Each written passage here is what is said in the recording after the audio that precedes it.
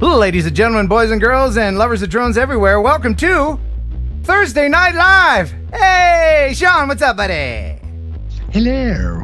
Bringing in Sean for a little bit of English gravitas for the last stream of the year.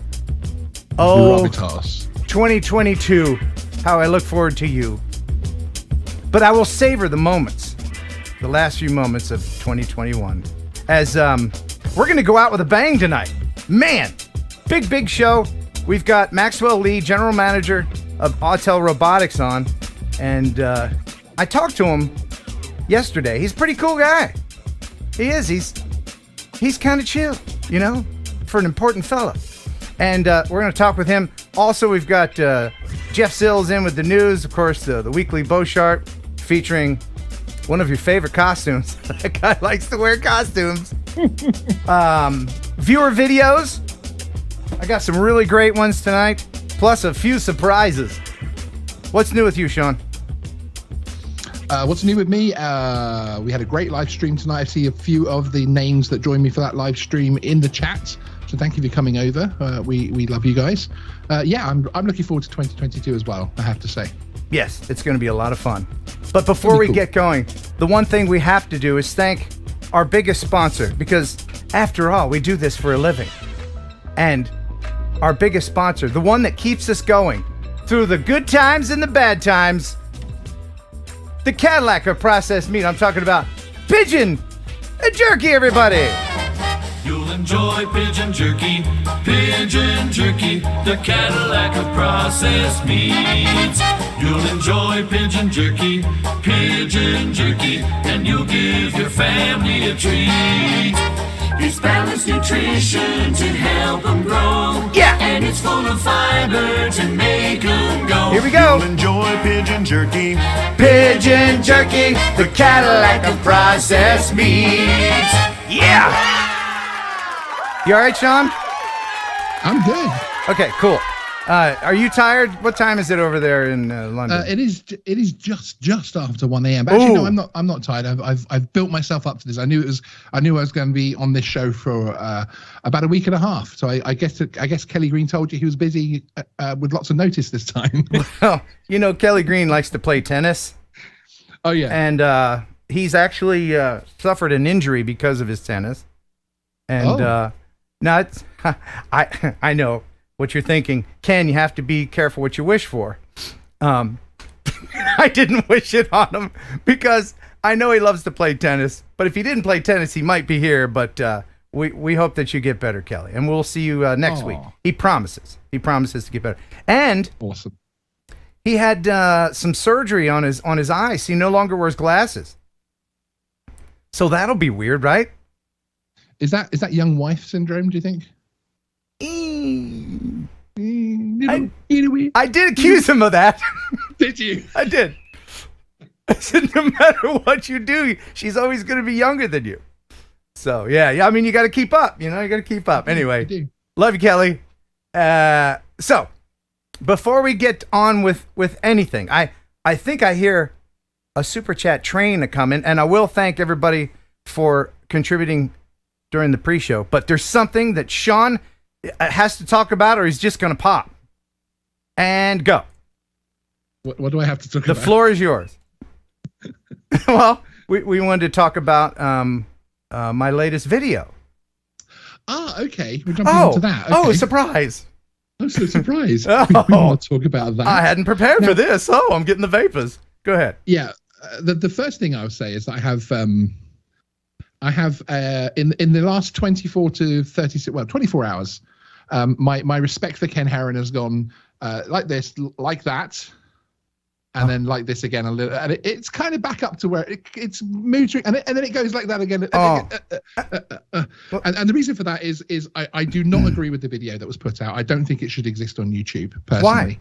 Why? I think it should be taken down. I will explain that. But the reason the respect came up again a little bit was because of your approach to it, the fact that you have been more than open with speaking to me about it. When I said, look, I don't feel like I can come on TNL because I don't agree with that, and obviously my channel very much promotes following the rules and that type of thing, so I don't feel like it's appropriate, etc. And you were like, hey, come on and we'll talk about it. So that gained back a lot. You know, you're willing to to talk about things openly, which I think is a huge part of the community, basically.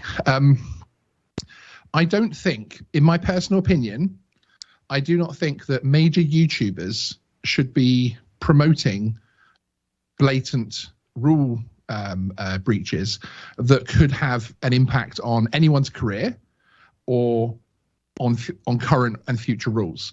I just don't think it's worth the entertainment value, if that makes sense. I agree with that. I agree with that. To give people the stick to hit us with. I always say that we were always complaining about the FAA, the CAA. Let's not assume that everybody's seen the video. Okay. I went to Ocean City for a meetup, and I'll share some video of the meetup. It's really cool, and I appreciate everybody coming out. And while we were there were two people with Mavic 3s. Oh, look, what's this? Ooh, oh my is that yours? It's mine for the time being. And I want to thank Scott from SKS Video very much for loaning this to me. He said, take it. And I was like, no, man, no. And then an hour later, he's like, nah, take it. No. I love people like that. I mean, what a great guy. Scott. Thank you. Thank you very much. So the boardwalk in Ocean City is 2.5 miles long. That is just long enough to have line of sight for a flight.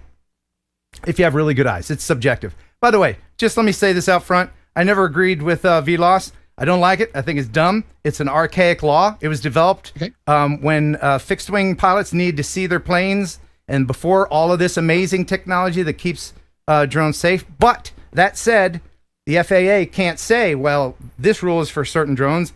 This rule is for other drones. You know, they have to have a blanket, which is why VLOS exists, but it's subjective to people's eyesight. That said, there's no reason to have it. Can you tell me why it's dangerous, Sean? And go. Why is flying out of visual line of sight dangerous? I don't know. I don't know necessarily that I would say to you it is dangerous or not dangerous. It's more that I don't feel like it's setting a good example to other people who are coming into the hobby and that type of thing. You know, I'm not the drone police, but it is not a good example. Why it could be dangerous are things like a drone flying out of line of sight that could interfere with tourist aircraft. You can do that. It can still interfere within your sight. Anything can happen to a drone at any time. But within your line of sight, you're able to take, as with my flight test for my formal qualifications here in the UK, within line of sight, I am then able to take immediate action should a manned aircraft or other unmanned aircraft, frankly, come into the space. You do not have control of an aircraft that you can no longer see like that. Of a drone that is flown out of line of sight. Which is why modern drones are designed so that your telemetry goes out before the control. Okay, that doesn't affect that doesn't answer what I just put forward. Okay. Also, you have the situation of things like emergency service helicopters, and the reason I don't think a Mavic 3 isn't going to take down, unless it's very, very unlucky. A Mavic 3 is not going to take down an EMS helicopter. That thing it would knock it out of the sky like a mosquito, and it's gone. However, the pilot behind the controls of that emergency helicopter, if they see a drone, if they see any other aircraft flying, they have to, by their rules, deconflict. So they will have to stop that flight. They will have to change the direction, that type of thing. And I get annoyed enough when I see someone not moving out of the way of a fire engine on the road. So the fact that this drone couldn't possibly move out of the way because the operator will not be able to see that emergency service helicopter. And I know that will happen 1 in 1,000, 1 in 3,000 flights, etc. But the other main issue that I have with it is that it is a stick that will be used to beat the hobby. 2 major YouTubers promoting the fact that they're flying beyond visual line of sight, 5.1 miles away, 5 foot miles away. Do you remember before December 16th, 2012, I think it was, when 107 came into be. Oh, the Wild West, you can do anything you wanted. It was wide open. People did, but nobody died. Nobody died. Nobody's yet been killed by. And no one's saying they will die. Okay. No one's saying they will die. But the numbers are dramatically increasing. Innovation always outpaces legislation, and that is true when you can't fly over people. Now you can't fly over people. You can't fly at night. However, you can't fly at night. Now you can fly at night by passing a test that you can't fail. Thanks, FAA. Why is this? We can argue. Why is this? Why does this exist?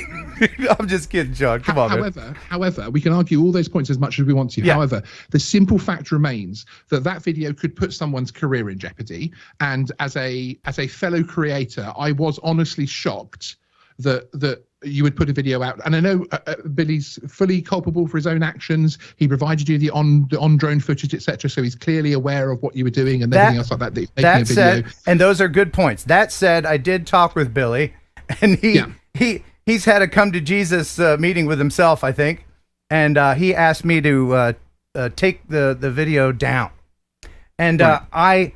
I've only taken a video down once because the government asked me to when I flew near a dam. And so that's one of my points. So and that point is also bear in mind. Just let me finish my 2 points, and I promise I'll shut my English gob up. And bear in mind that factor of the looking after the fellow creator is factored by the fact that I see you as a bit of a mentor in the YouTube space. So you're someone that I wholeheartedly respect. You know, you're the only person that can call me at 2:00 in the morning and say, "Hey, I need this urgently, or I need that," and it's done. My girlfriend laughs because it's the Skype goes, "Ken Heron is calling." You're a mentor to me. You've become that because you've helped me so much, and because you've helped me look after my community and look after my audience. And it's not something that I would have expected from you, if that makes sense. Honestly, it isn't something that I would have expected from you. Again, I told you this on the phone. If somebody wants to crash their car into a pole, I'm going to film it. I'll be like, "Oh, don't do it."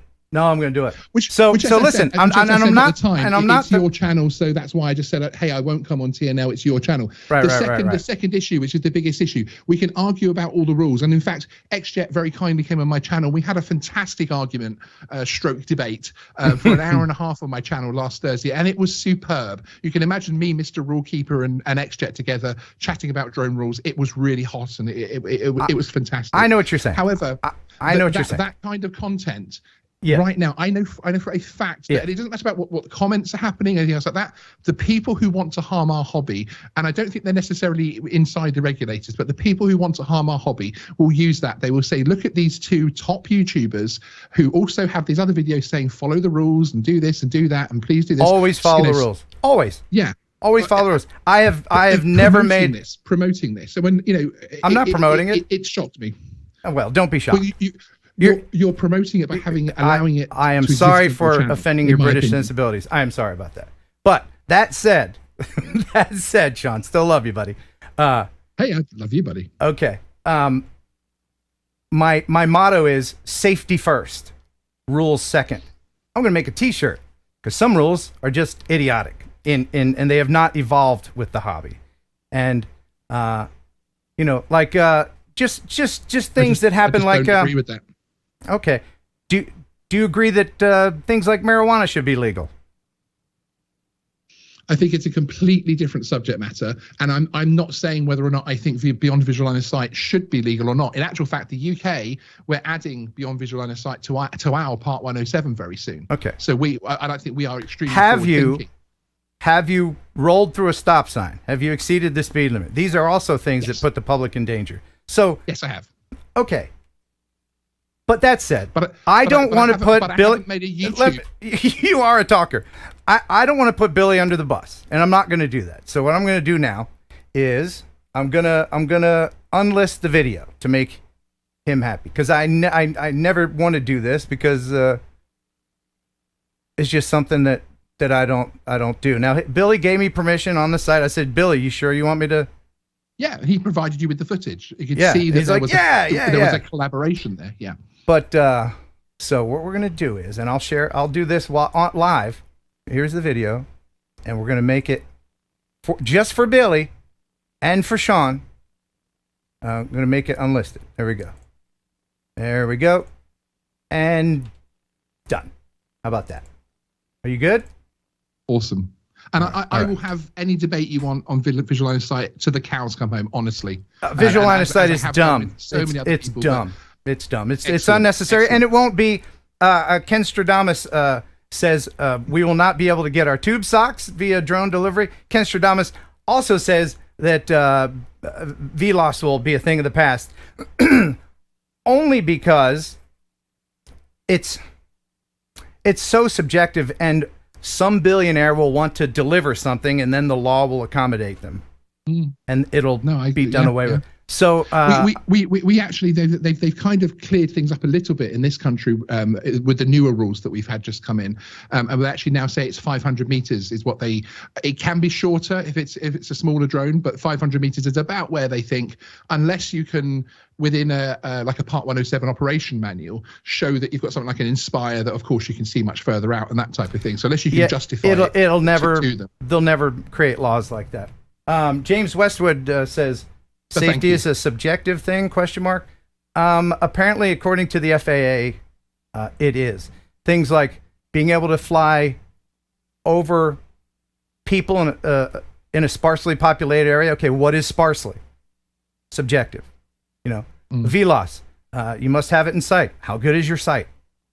Subjective. So, but Sean, I'm glad we had this moment together. We need to keep the fight up. If we don't believe in certain rules, the same as having XJet on my channel, I'm not sort of saying follow the rules or go away. It shouldn't be in public. But let's have the debates in ways that isn't going to affect anybody's career or our hobby. And thank you. I fully respect from this moment, from this point, following everything you've said and the fact that you've dealt with this so early in the show and everything. Thank you. And it's not what I expected. You made a prediction, members. And people should join actually the channel just to see the pre-member thing, because this did come up and Ken made a prediction, and I kind of hate you a little bit right now for being right. Oh, well, I love you, man, and look, and I love you. The drone community is filled with people with differing theologies and politics and all kinds of stuff, but we all agree that flying these things is awesome and fun. And as these rules and laws continue to evolve, we shall all be along for the ride, shan't we? With that said, would you like to play a little game? I would. This is just some fun information that I got. Speaking of dumb laws, okay? Now you don't have to put your hand over your heart. Here are things that are illegal in Britain to this day. Okay? Carrying a wooden plank on the pavement. Can't do it. It's illegal. Mm-hmm. Mm-hmm. Being drunk on a licensed premises. So you can't be drunk in a pub. Mm-hmm. That's a law. Unenforced, but it is a law. Right, right. Because there's this huge difference in the UK about law and enforced law, which is a whole other thing. Okay. But anyway, carry on. Do you watch the BBC without a license?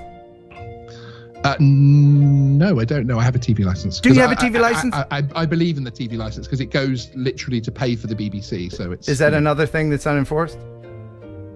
Oh no, that's enforced. Oh, okay, all right.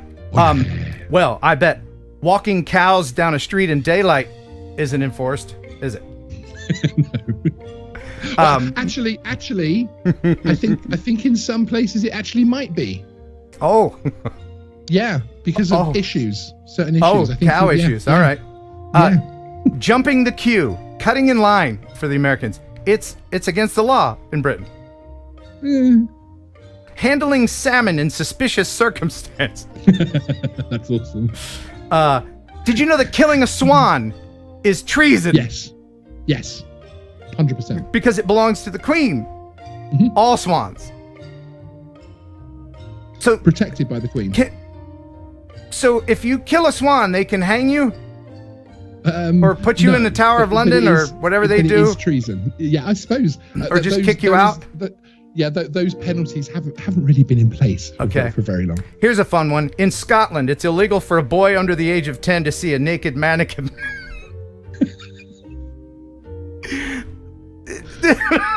And that's still a law. Okay? That's funny. Here's one that has to do with aviation. Flying a kite near a metropolitan police district is illegal. And my favorite is defacing British money. You can't do it. No, that's right. Although again, it's one of those unenforced ones. But yeah. But it you know used what? to be more important. You know what? When the money itself was more complicated. But yeah. I can do it because I'm an American. Oh, is this a pound? Is that the Queen? That's actually no longer in circulation. Is this a Sharpie? Am I going to draw a mustache on the Queen? No, man. no. I'm going to draw a goatee. There we go. Give her some eyebrows. Long live the Queen. Look what I did. If I was in your country, I'd be in the Hooskow. In that particular instance, you wouldn't be because it's no longer in circulation, but yeah. Oh, well, okay. So money that's out of circulation, it's no holds barred. No, okay, it's wonderful. junk. Yeah. All right. Well, thank you, Sean. I'm glad we had this discussion, and I can't wait to read the chat. But right now, let's go ahead and head up to the Great White North and check in with our buddy, because we desperately need a little bit of humor now. We need this. Ladies and gentlemen, I give you, and this, brace yourselves, buckle up. This is the last weekly Bow Chart for 2021. Enjoy. Hi, Ken. Mr. Pottyhead back again with this week's edition of the Weekly Bow Chart. Let's get into it, shall we, as I still have a lot of preparations for this year's New Year's Eve party. Did you ever consider that a jellyfish is just a wet ghost? If I had a DeLorean, I'd probably drive it from time to time. When bees move into a new hive, do they have a housewarming party? Don't blame others for the road you're on. That's your own asphalt. I tried calling the tinnitus helpline, but there was no answer. It just kept ringing. I told my suitcases that there'd be no vacation this year. Now I'm dealing with emotional baggage. I love when they drop the ball in Times Square. It's a nice reminder of what I did all year. And now, here's a quick one, because as usual, we are running out of time. At the beginning of the year, I made a New Year's resolution to lose 20 pounds. I've only got 30 more to go. On that note, Happy New Year, and bye. Yes, thank you, Jim Beauchart, for all of your hard work throughout the year. It's amazing. That dude has more costume changes than at a share show. Okay, all right. So nobody's been to a share show. I haven't. I've been told by a friend. But are you okay, Sean? Are you all right? Are you falling asleep already? Yeah, I'm a little miffed still, but yeah. What are you miffed about? If I'm honest, shall I be completely honest? I don't want to prolong things. Don't be honest. Okay. All right. Okay. So moving on. No, what is it, Sean? What is it? It took a lot for me to come on tonight. Okay. We all have beliefs. I didn't want to necessarily even come on and talk about the beliefs. I just said to you, I'd rather quietly just duck out and not be on TNL this evening, and and keep my beliefs to myself, type thing. It isn't an issue. But we said we'd have a mature chat about it. We did. I don't think the British comedy at the end is just trying to minimize, trying to negate me, and trying to belittle me a little bit. I don't really appreciate it, if that makes sense. I'm not off the back of a serious subject. with the British stuff. I'm just trying to bring it back to comedy, because that's what this show is. Yeah, well, we could have got. I think we could have done it a different way. That's all. I'm just speaking my mind. Honestly. Did I offend British people with? I mean, we have silly laws here too. Hey, no, I don't think you did. No, but picking British laws to belittle, etc., after the British guy was just talking about rules, etc., is a little bit thinly veiled. So I just didn't appreciate it. I wasn't trying to be any kind of. I'm trying to be mean. Okay. Do you forgive me? Yeah, we'll see. Oh, he doesn't forgive me. Well, enjoy the last time Sean's on the show. Did I piss you off, really? Yeah, I think so. Well, what can I do to make it better? Honestly, I don't think. Yeah, I mean, I don't think, as people in the chat said, if I don't like it, I should leave. So that's probably what I should do. Are you going to leave? I think so. Oh well, Sean, I didn't mean to make you angry. Oh, yeah, you haven't made me angry. It's an upset. As I said, it took a lot to come on the show, and I thought we were going to have a mature talk about it, which we did. And I respect you for removing the video, but then just doing that afterwards, I don't want to get into it. It was merely an example of how certain laws and rules are silly. That's all. Yeah. That's all. It was nothing against you or your country or anything. Okay. It was just, and you're British, so. Yeah. Okay. You don't want to talk to Maxwell Lee? Hey, let's do it. All right. Thank you. Awesome. Sean, thank you. Let's go ahead and get into the news. Stop the music. It's time for news. We might need some emergency Raz here in a minute, but first, let's go into the newsroom with Jeff. What's happening, buddy? What in the absolute hell was he wearing on his head? On whose head? I know I follow Jim all the time, but Oh, Jim, that was a toilet. What's wrong with the little toilet humor? oh god. Okay, It was a crapper. A crapper. Yeah. Here I am trying to do nice professionals. It's just a toilet. All right, and I will give a shout out to my wife. Happy anniversary. So. Oh, that's nice. All right. To start the news, aerospace engineers at MIT, the Massachusetts Institute of Technology, are answering a unique and theoretical question. We are going to be going back to the moon, and there are plans for them to make trips as part of Project Artemis to return to the moon. We've had a drone that flew on Mars, and one of the things they want to do is they want to take drones to the moon, but there's something unique about the moon that gives them an opportunity to try something new. So they're going to levitate drones using electrostatic anti-gravity.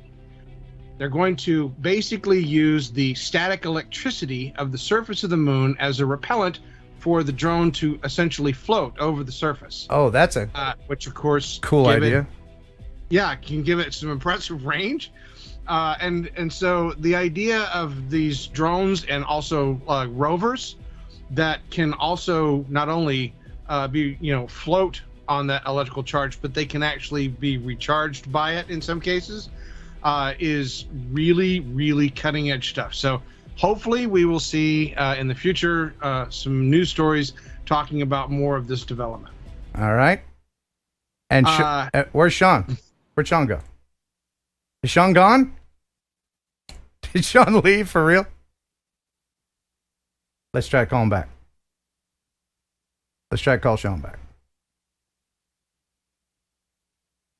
Maybe hit a button by mistake. He wouldn't do this. He wouldn't do that.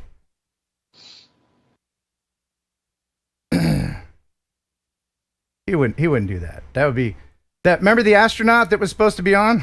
That'd be worse than that.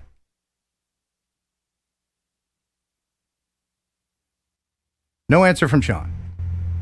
All right. Well, let's continue with the news. All right. So next we have a Russian unmanned vehicle. This is something that they have been developing for a while called the Peacekeeper. And they're doing factory tests. Actually, this is Ukraine, excuse me, not Russia. So this is their all-terrain drone of the future, so to speak. This has the ability to be driven remotely. It has a range of 1.25 to 1.55 miles with indirect visibility on a platform that can go across multiple terrain and is, I guess, a really cool sort of rolling drone, something I'd never quite seen done in this fashion. That's cool. Yeah, I look forward to seeing that actually used more. It can go across lakes and rivers and swamps and snowy areas, and it can even go across trenches that are up to 3.3 feet wide. That is neat. That sounds like fun. Yeah. Yeah. All right. Next in the news, we have UK officials are seeking a way to halt drone live streaming at horse races. So if you're not familiar, horse racing is popular world over. But there's a delay, so to speak, of when the horses actually cross the finish line and when the broadcast goes out. Right. And in some cases, that information can be highly valuable to people that are betting on the races. And so there's been a problem with them using drones to get live footage of the races and the results so that they get sort of an edge on the results for the races. And so there is a big problem in the UK over drones live streaming these horse races for these betting rings and hopefully because it's not illegal under their existing drone laws.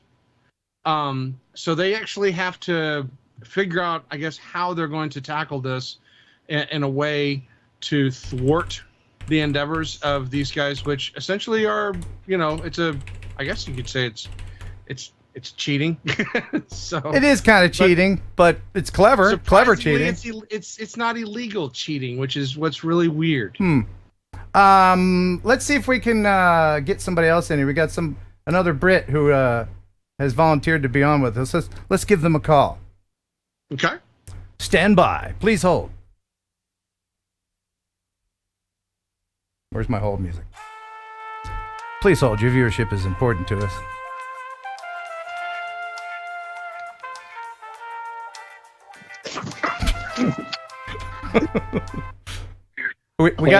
We got somebody? Who we got? Yeah, this is Mike, and Sarah's coming on in 2 seconds. Okay. All right. Hold on. Let me make room for you here. We got to do this because this is... There we are. Hold on. Can they see me? Oops. Yeah. Let's see. We'll do that. We'll click this and we'll do that. And we'll see. Now, Sarah is Junk Pick's daughter. How old are you, Sarah? 15. 15. All right. And we don't see you. Can you toggle your camera? We got to turn the camera on.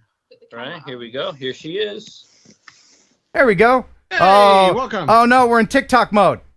Can you turn it around to regular? There we go. Awesome. Welcome to the show, Sarah. It was great to meet you in New Jersey. Yeah. Now we got to put you in here in the news with us. All right. And boom, there we go. Now we can continue with the news. What's next, Jeff? All right. Next, we have some footage. This is FPV drone footage taken of the FCB Barcelona facility called Camp Nou. Uh-huh. NOU. And of course, that's for those of you that are Americans, it'd be soccer. And for those of you that are everywhere else in the world, it's football. All right. Yeah, this is apparently a new facility for them that has lots of interesting, features and things that have been added to it. It's a very, very large facility that encompasses everything from the media that they do to, supporting the team and doing the interviews and the camp work that they do off season, as well as a store, et cetera, that supports the place. So really is sort of an amazing facility. And if you get a chance, out there in YouTube land, they have a couple of drone shots of this place that are just really fantastic. So FC Barcelona, really cool little video. Yeah, I'm still not bored of these fly-throughs, although there's a lot more coming out. But what a great place to fly FPV.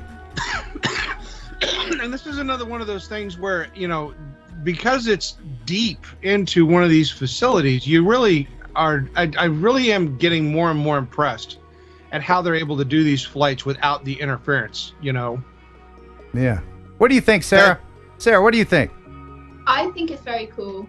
Yeah. Could you get closer to your gizmos so we can hear you better? Thank you. I think it's very cool. It's very cool. And you're very cool too for being on with us. I appreciate that. Very cool. All right. Of course. Yes, Jeff. Okay, so next in the news, DARPA is once again, flexing their muscles a little bit. They have been awarded phase 2 contracts in what they call the Manta Ray Program. And this is a really cool new underwater drone that they have. And it looks like a Manta Ray. It does look like a Manta Ray. This is going to be taking advantage of long-range, long-endurance, autonomous ocean missions. So this is not going to have any human support for charging, maintenance, logistics. It's going to be completely autonomous. And it even has a sub drone that it can use as part of its mission profile. Wow. That is cool. Yeah. Wow. They use that particular body style because it is less likely to get snagged in like seaweed or rocks or coral, etc. And it's and I'm looking forward to seeing it. I think though that one thing DARPA, they usually impress us with the videos and the presentations they do. This one was sort of cheesier. Yeah, but it's a cool concept. But I would love to be there when the first fisherman pulls one out of a net. And, what is this? That'd be fun. Hot dog, we're gonna be rich. Yeah. All right. So next we have some footage. Recently near Osseo, Osseo. Sounds right. There was a crash on Interstate I-94 that involved a large number of semis. Oh man. And this was a fairly large wreck, but it caused a very large backlash on the I-94, causing disruption and blocking off the highway for quite a long time. But the footage gives you some indication or some idea as to the breadth and I guess the level of damage that was caused by this wreck. Yeah, it's no fun to be in a wreck, or even behind it as people stuck in traffic. Those tractor trailers, man, you got to give them the right of way, because especially in winter weather, they're difficult to drive. So, but I was on I-95 coming back from Christmas in North Carolina, and I was there for 4 hours because a tractor trailer had an accident. And what do you do if you have a carload of drones and you're stuck in traffic and you want to see what's going on up front? Well, of course, you gotta film it. So everybody's stuck in traffic. It's really bad.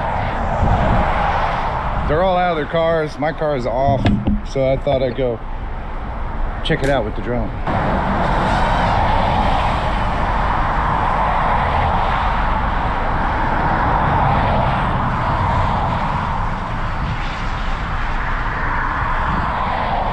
You should have seen the people around me when I started flying this thing. They all got out of their cars like, whoa.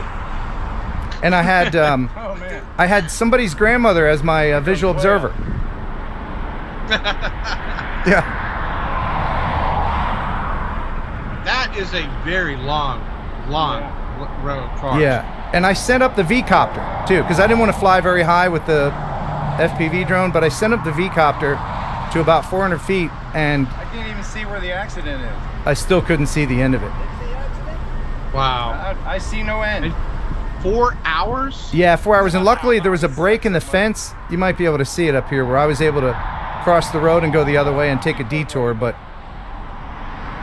yeah, I was on the way to see Doris in South Carolina, and I had gotten 3 hours of sleep.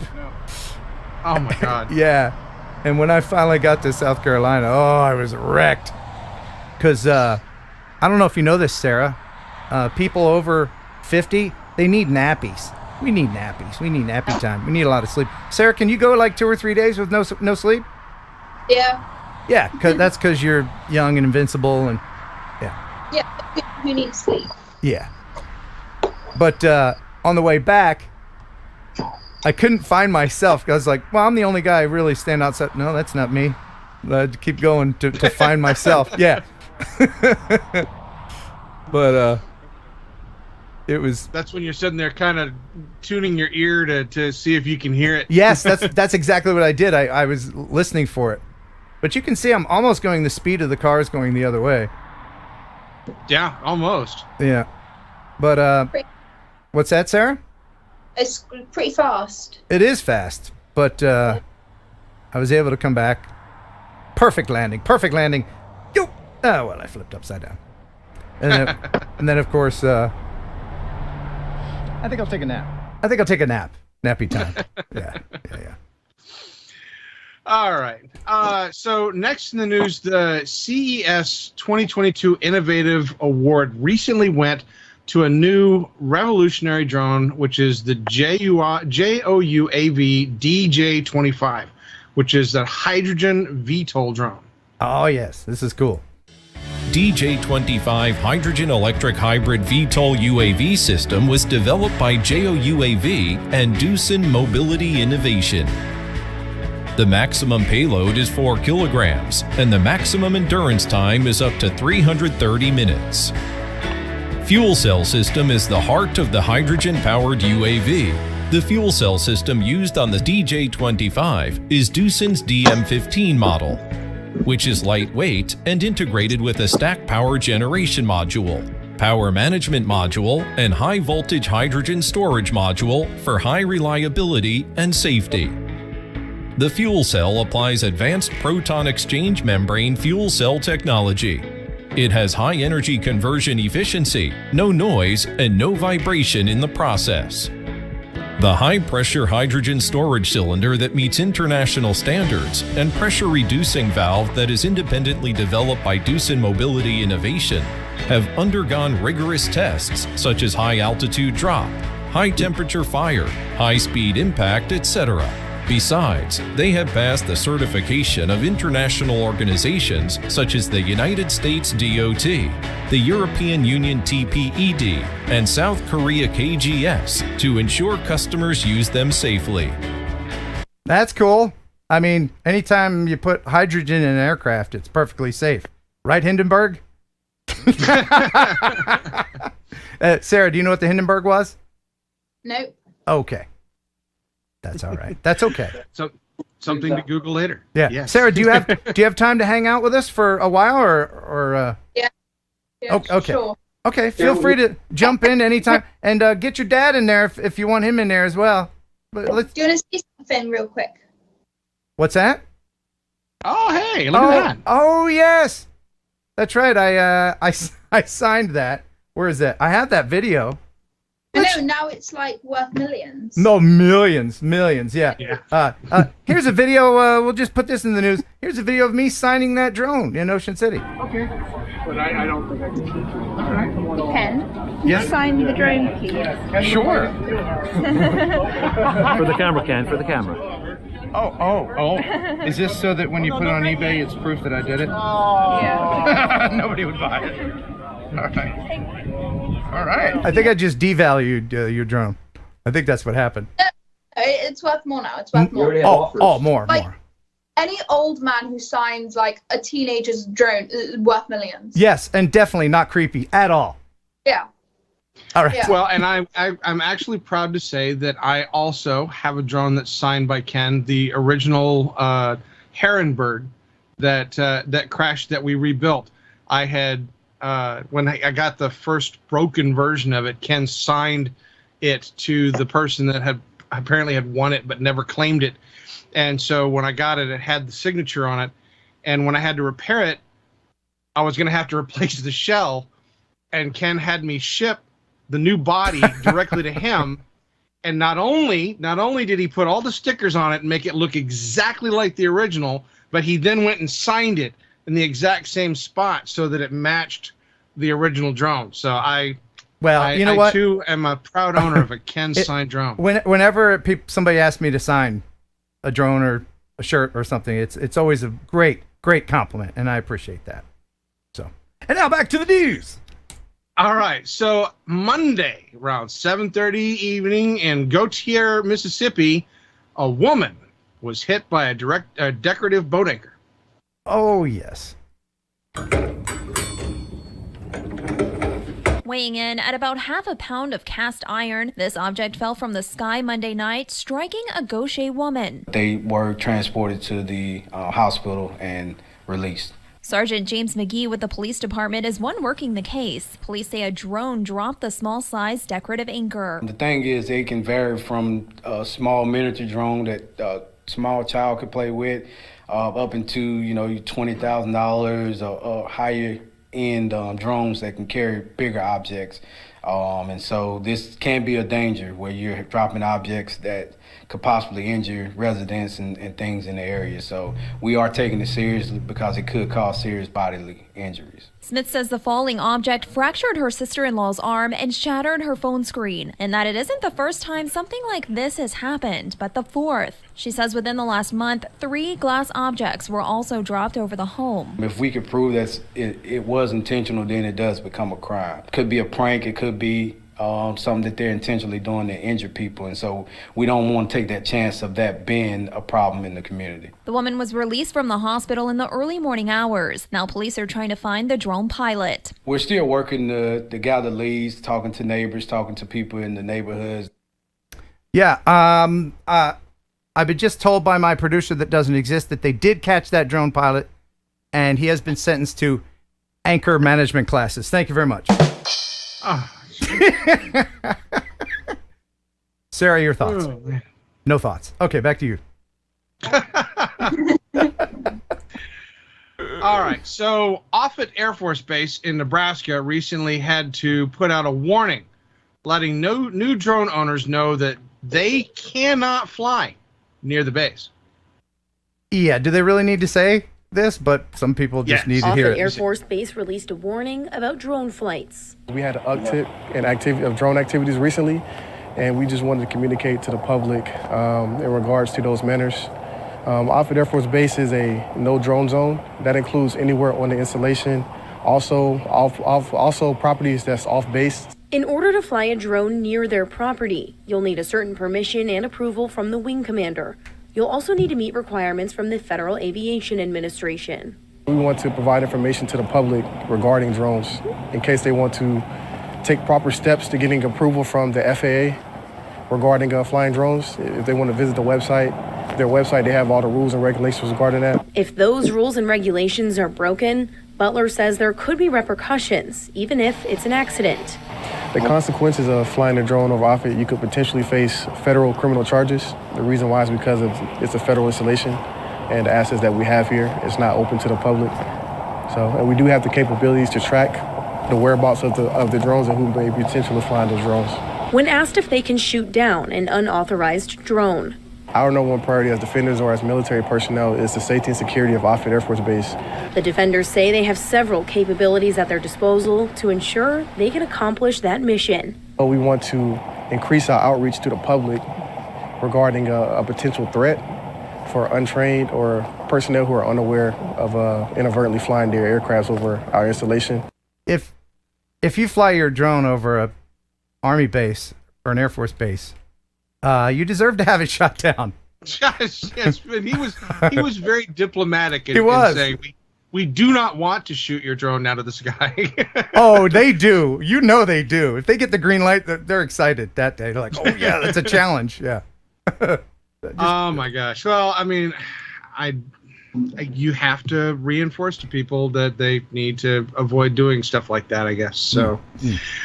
All right, so next in the news, this is actually really cool. This is from Australia. They have planted a sunflower crop by drone. Seeds from the sky creating a sea of yellow. A sunflower crop that could signal the future of farming. This sunflower crop, to the best of our knowledge, is the first sunflower crop planted entirely by drone. So a big agricultural drone that we operate commercially spread the seeds for this crop. The technique is already used for crops like barley, lucerne and wheat, but many were sceptical it would work for sunflowers. In fact, it's taken Roger Wood several attempts to get his crop up to his standards. Sunflowers need to have fairly consistent spacing to grow correctly, and they also normally get incorporated quite accurately. So these were some of the challenges that we had to overcome whilst planting them by drone. The farmers say the technique is less invasive than traditional planting methods by creating less soil disturbance, and they're hopeful other growers will soon adopt the technology. Somebody asked in the chat, would you ride it? Sarah, if somebody came with a big agricultural drone and said, hang on, we'll give you a ride, would you do it? Yeah, maybe. Maybe. Depends who it is. Who's flying it? Yeah. Okay. Before you commit to that answer, I suggest that you Google drone fail videos on YouTube for a little bit. It's very dangerous. I'm sure your dad wouldn't let you do it, although it does look fun. Yes. Okay, so next we have a story out of the UK. Bird watchers recently were outraged at seeing a drone fly through and break up what is called a recurring flight mass. This is the phenomenon of starlings known as murmurations. And these things are huge, involving thousands of birds.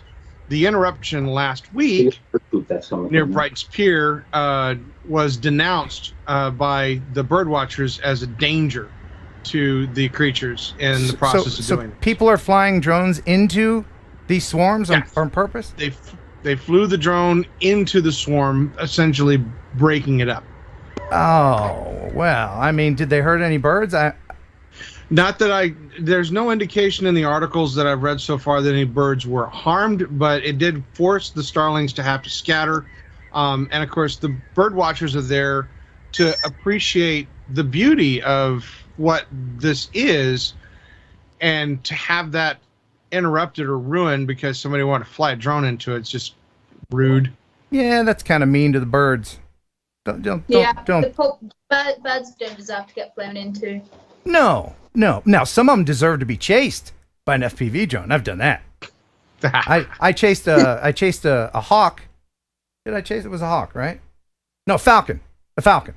But I was instructed to do so by the falconer herself. She was trying to exercise her falcon. It was a falcon great day, I must say. It was falcon amazing. Yes, Sarah? Just, as long as you don't hit the bird, chase it. Yeah. Don't hit the bird. Unfortunately, one of the things that, as a newsman, I get a chance to see is the opposite of that, where birds tend to fly into the drones, and we've had quite a few stories of those. So yeah, don't endanger animals. That's no good. Especially what kind of animals, Jeff? Oh God! What kind of animals should we avoid injuring? Birds. You're right. Oh, well, everybody's heard about the bird. Bird, well, the bird is a word. Well, a bird, well, the bird's a well, a bird, well, the bird is a word. Well, a bird, but bird's a well, a bird, well, a bird is a word. Well, a bird, but bird's a well, don't you know about the bird? Well, everybody's talking about the bird. Yeah, everybody's talking about the bird, Jeff. What was that? Why do you have that saved on your computer? Like, why do you have that saved? That's a valid question. That's the valid question, and there's probably some people watching that didn't make any sense. Of course, you know that the bird is the word. Do you know that the bird is the word, Sarah? Yeah, of course. Okay, yeah, everybody knows that. Yeah, well, everyone. Yeah. So I used to play the Trashmen, who did the original of that. But then YouTube said, "Oh no, you can't do that. You can't use it." So I searched and found a lovely young lady named Dottie Davis who plays a version of it on her ukulele, and she said we can use it whenever we want to pester Jeff with it, and he loves it, don't you, Jeff? Oh joy, yes, it's so much fun. All right, just to remind everybody, we're a little late getting our guest on. So Maxwell Lee, if you're watching, I know you are, stand by. We're going to come to you right after the news. All right, so to pick up the pace, Zing Drones is a Florida-based company that has startup plans to offer Uber-like deliveries. And this is very interesting because this could key into those of you in the audience who are Part 107 pilots. Because at the outset, Zing will employ its own pilots and fly company-owned drones with the ultimate goal of enlisting private drone pilots who will act as independent contractors, using their own drones to make deliveries. So you could contract yourself out to do drone deliveries for Zing. Okay. Best of luck to them. I know the Zing. How Zing many people in the audience want to do that? I know the Zing guys. They're a nice group of people. I've checked out their products before, and I wish them nothing but the best. It's an interesting thing to contract out private pilots, so pretty cool. Yeah.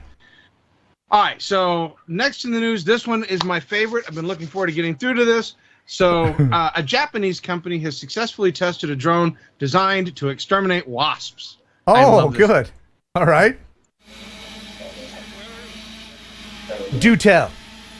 10 to 20 people a year in Japan are killed during extermination work against wasps. Oh my God, really? So this company has come up with a solution to avoid the manual labor considered dangerous to removing the nests by developing this drone that will then go in and essentially suck up the wasps, and then it has I guess a trumpet that it pulls the wasps in with, and then it has the ability to cut through the wasp nest and essentially get rid of it.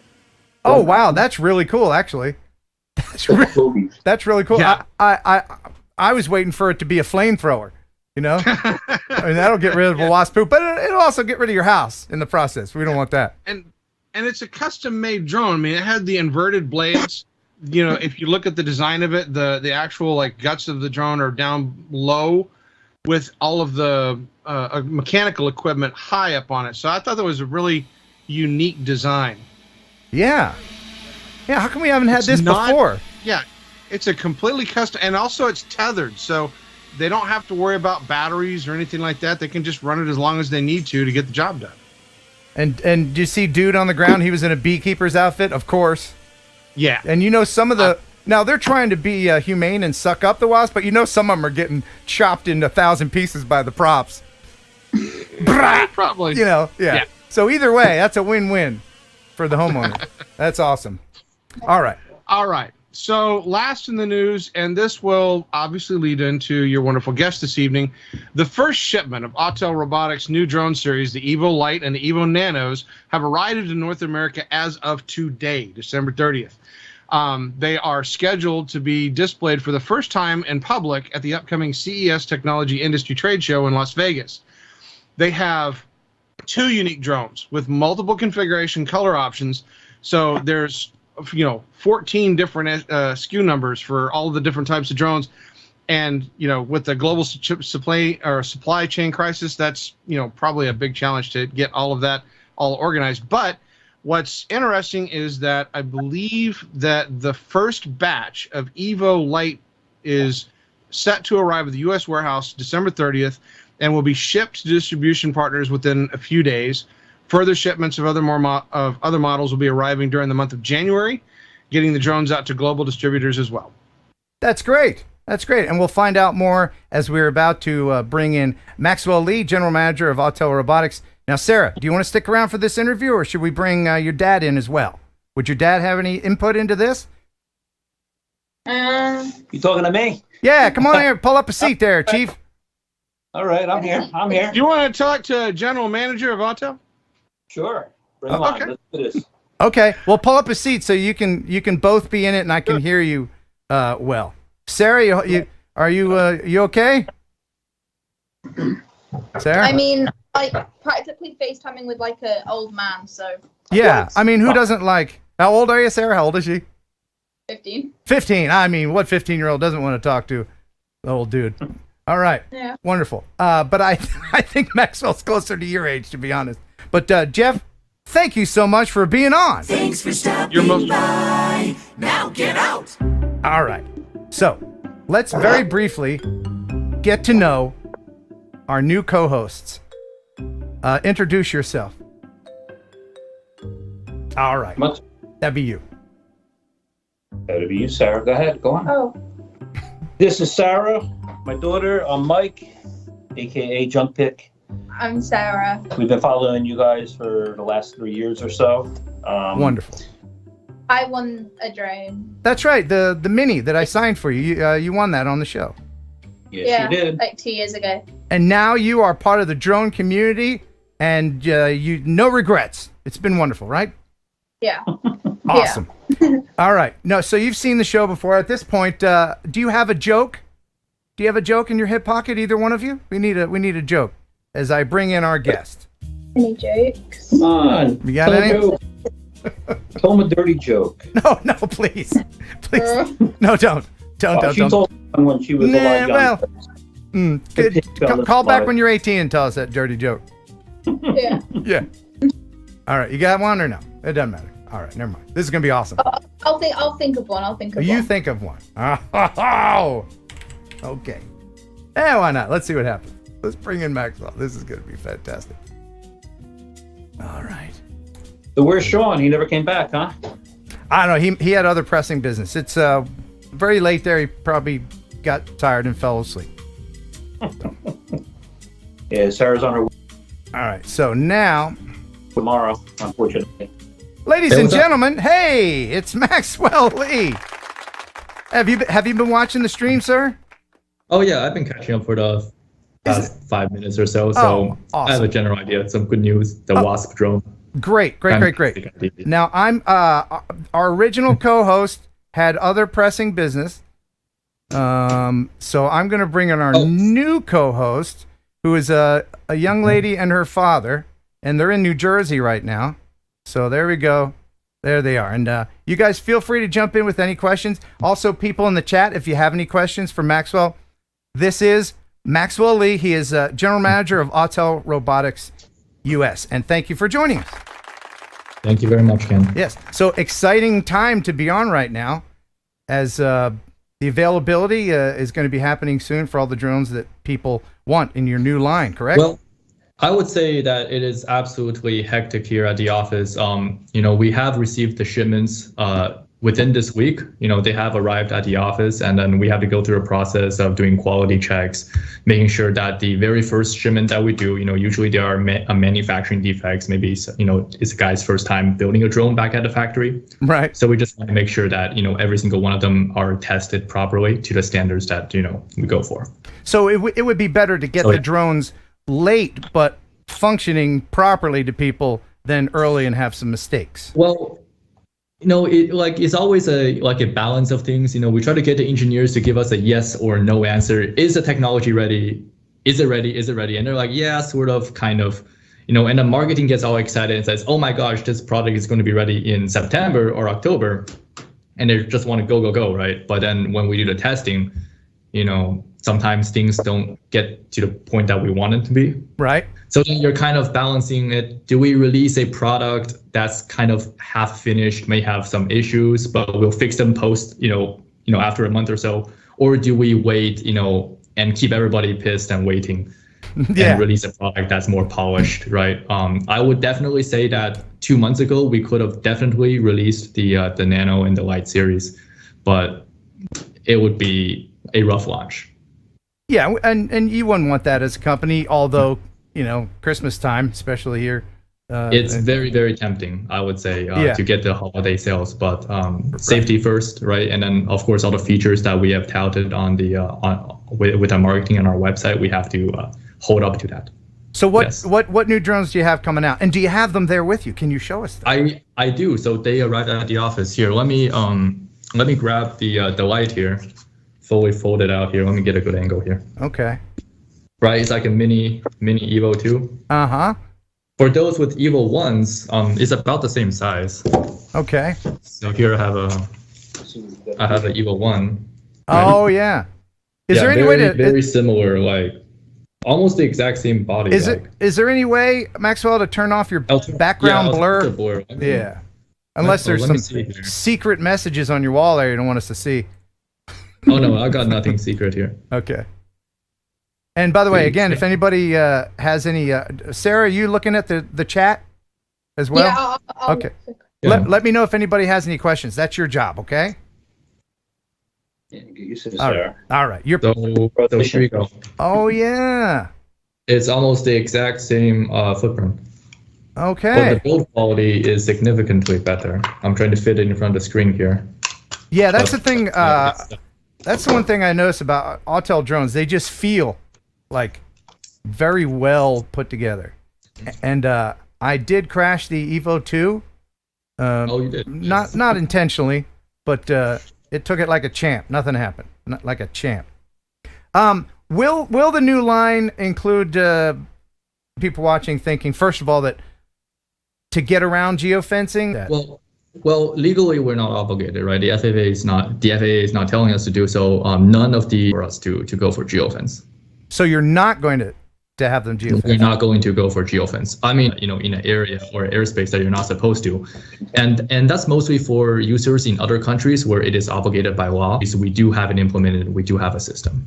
Okay, and I think it's great that you're competing directly with the Mini 2 that's been very sub 250 drone from For those of us that have been on the AUTEL official Facebook pages, I think somebody made we cannot compete against DJI based on just raw price and just compete head on.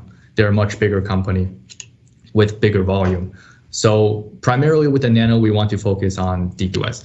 So you're trading for the battery life, for the portability, and the camera quality of the Nano Plus should be better should be as equal to, or if not better, than the Air 2S. Okay, what is the battery life? What's the flight time on battery life sits at around 28 minutes, primarily because we put on bigger chips to do the obstacle avoidance, right? This being the first drone sub 240. 249 gram drone, sub 250 gram drone to offer obstacle avoidance, you need to have powerful chips in order to do the video processing. I mean, for the primary gimbal as well as for the obstacle avoidance. Okay. So yes. Okay, and talk a little bit about the camera on the Nano. Right. So we have two Nanos, right? We have the Nano Standard and then we have the Nano Plus. The Nano Standard, you get a 1/2-inch sensor, which is still bigger than whatever sensor the Mini comes with. That's what I believe should be a comparable drone to the Mini 2. And then we have the Nano Plus with the all-new 0.8-inch RYYB sensor, which is a completely new technology entirely. Right? Even though, we positioned this product to specifically target against like Air 2S, Air 2, Air 2, Air 2S, Mavic 2 Pro. The RYYB sensors, how many of chat knows what RYYB technology is? No. Not too familiar. I'll give a quick refresher. So traditional drones use RGGB, right? RGB filters. And basically, RGGB sensors. And basically, you have a filter that's sitting on top of the sensor. And then it lets the light through, right? You have RGGB, so for example, like with the red sensor, right? The filter filters out all the light and lets red through. It only lets red through, right? And then the same for green, and the same for blue. So what we've done here is basically replace the green with yellow sensor, and this allows the light coming through the filter to basically to simplify it, it absorbs 40% more light because yellow is a bigger spectrum. It contains both red and green, and the sensor absorbs yellow, so less of it gets filtered out. There's a lot of technical stuff, but it's a lot of technical stuff. But for the regular users, it means that even though we have a smaller sensor, 0.8-inch, it is performing significantly better at nighttime, dynamic range wise. Okay. Than a sensor of a comparable size. Okay, Sarah. Go ahead. For the distance, what kind of range does that drone get? How far the distance? The Nano series gets 6.2 miles. So we currently have the brand new AUTEL Skylink transmission, and that is from an entirely new team.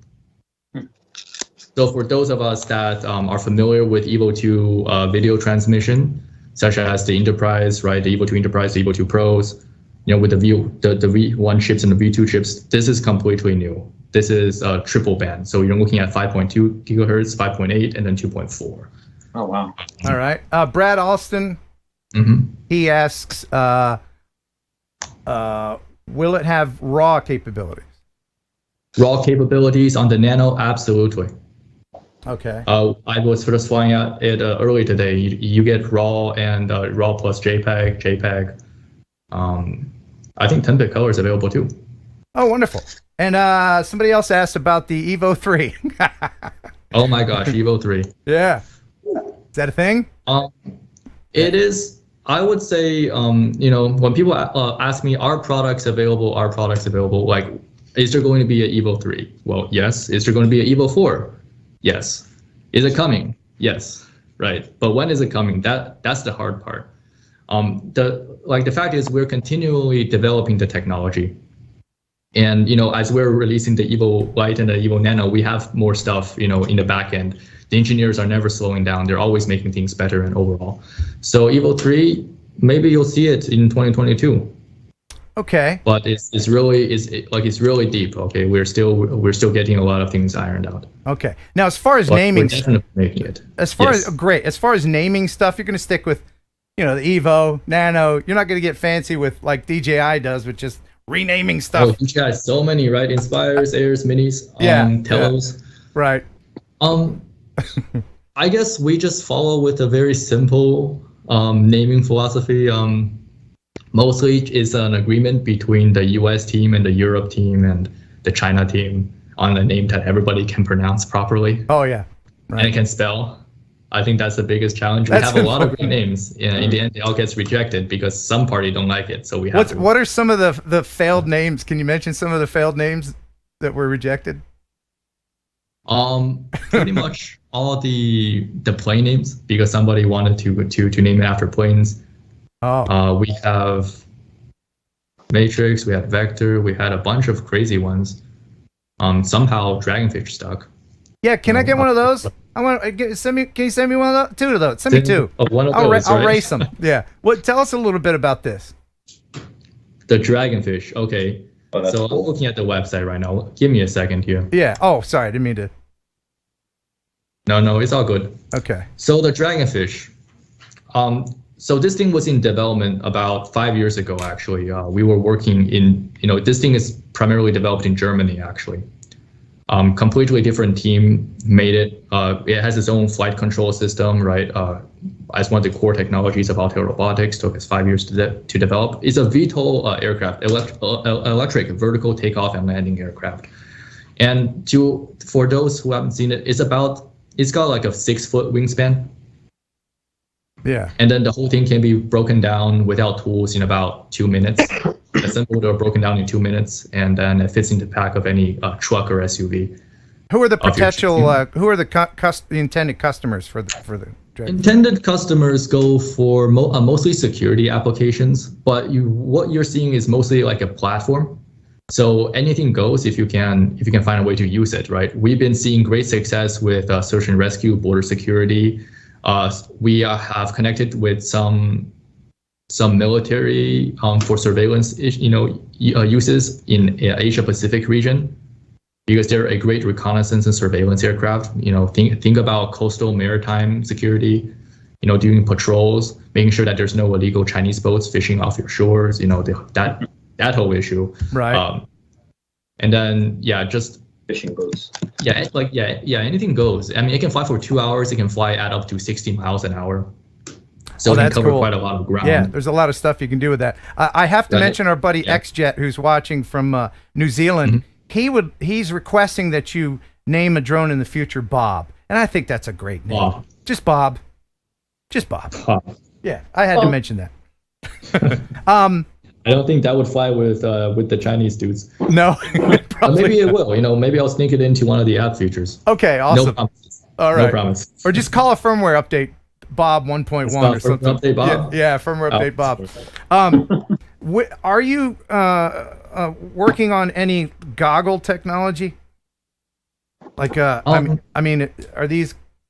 Because people like to use goggles with their GPS drones. And unfortunately, I don't think that's in the works currently. But obviously, I would say that if there's enough customer demand, and then we see it on the forums, we do read all the Facebook forums, chats and complaints and all that. So if there's enough demand, we will make it. But I would say that it is not the direction that AUTEL Robotics is going into. We are focusing primarily on autonomy. That's why we have the Sky commands that's coming out. That's why we have the Evo Nest autonomous charging port coming out. We plan on basically doing drone swarms. Okay. Into that direction. So yes, go ahead, Sarah. Will it be coming out with a new smart controller for the Nano series? Excellent question. Excellent question. So we are getting the accessories lined up. The Lite and the Nano, they share the same chipset, so they will have a smart controller coming out. It is in the works. Stay tuned. Okay, and Brian Waller, I think that's his name. He read my mind for the next question. Do you have any plans for any kind of dip into the FPV pool? FPV pool, not currently. I'm sorry. Okay. But if there is enough demand, we might make it. So make your voices heard. Okay. And we're hearing your voices right now, so this is a great opportunity for everybody I'm pointing the wrong way. In the chat to go ahead and ask your questions. Is there anything that you would like everyone to know about the company AUTEL that people may not quite understand, or that you want people? What is the message you would like the drone community to know about AUTEL Robotics? Thank you for the question. Well, I just kind of want to say a bit about the concept of AUTEL Robotics in general. I think we just kind of came out. We never really did much marketing and stuff. And so basically, for those unaware, right, we are a company that's being supported by our parent company, the AUTEL AUTEL Automotive Intelligence, which is a public company that's IPO'd in China and has like 1,500 employees, yada yada. And that's where we get the majority of our funding from. The drone industry is very, very tough. We have strict price competition. We have extremely high bar for technology. And the truth is, a lot of companies, they don't make it. We have a lot of companies, in recent years go out of business or just kind of faded away from the market. And then, we have the separate funding, and that's what's keeping us afloat. And at the same time, we're not doing crazy marketing stunts or any of that to impress investors, because we are pretty much privately funded. So we kind of do our own pace. We strictly focus on our products first, and then we focus on sales and marketing in that order. So that allows us to just do things slow, chug along, make sure that our products are good.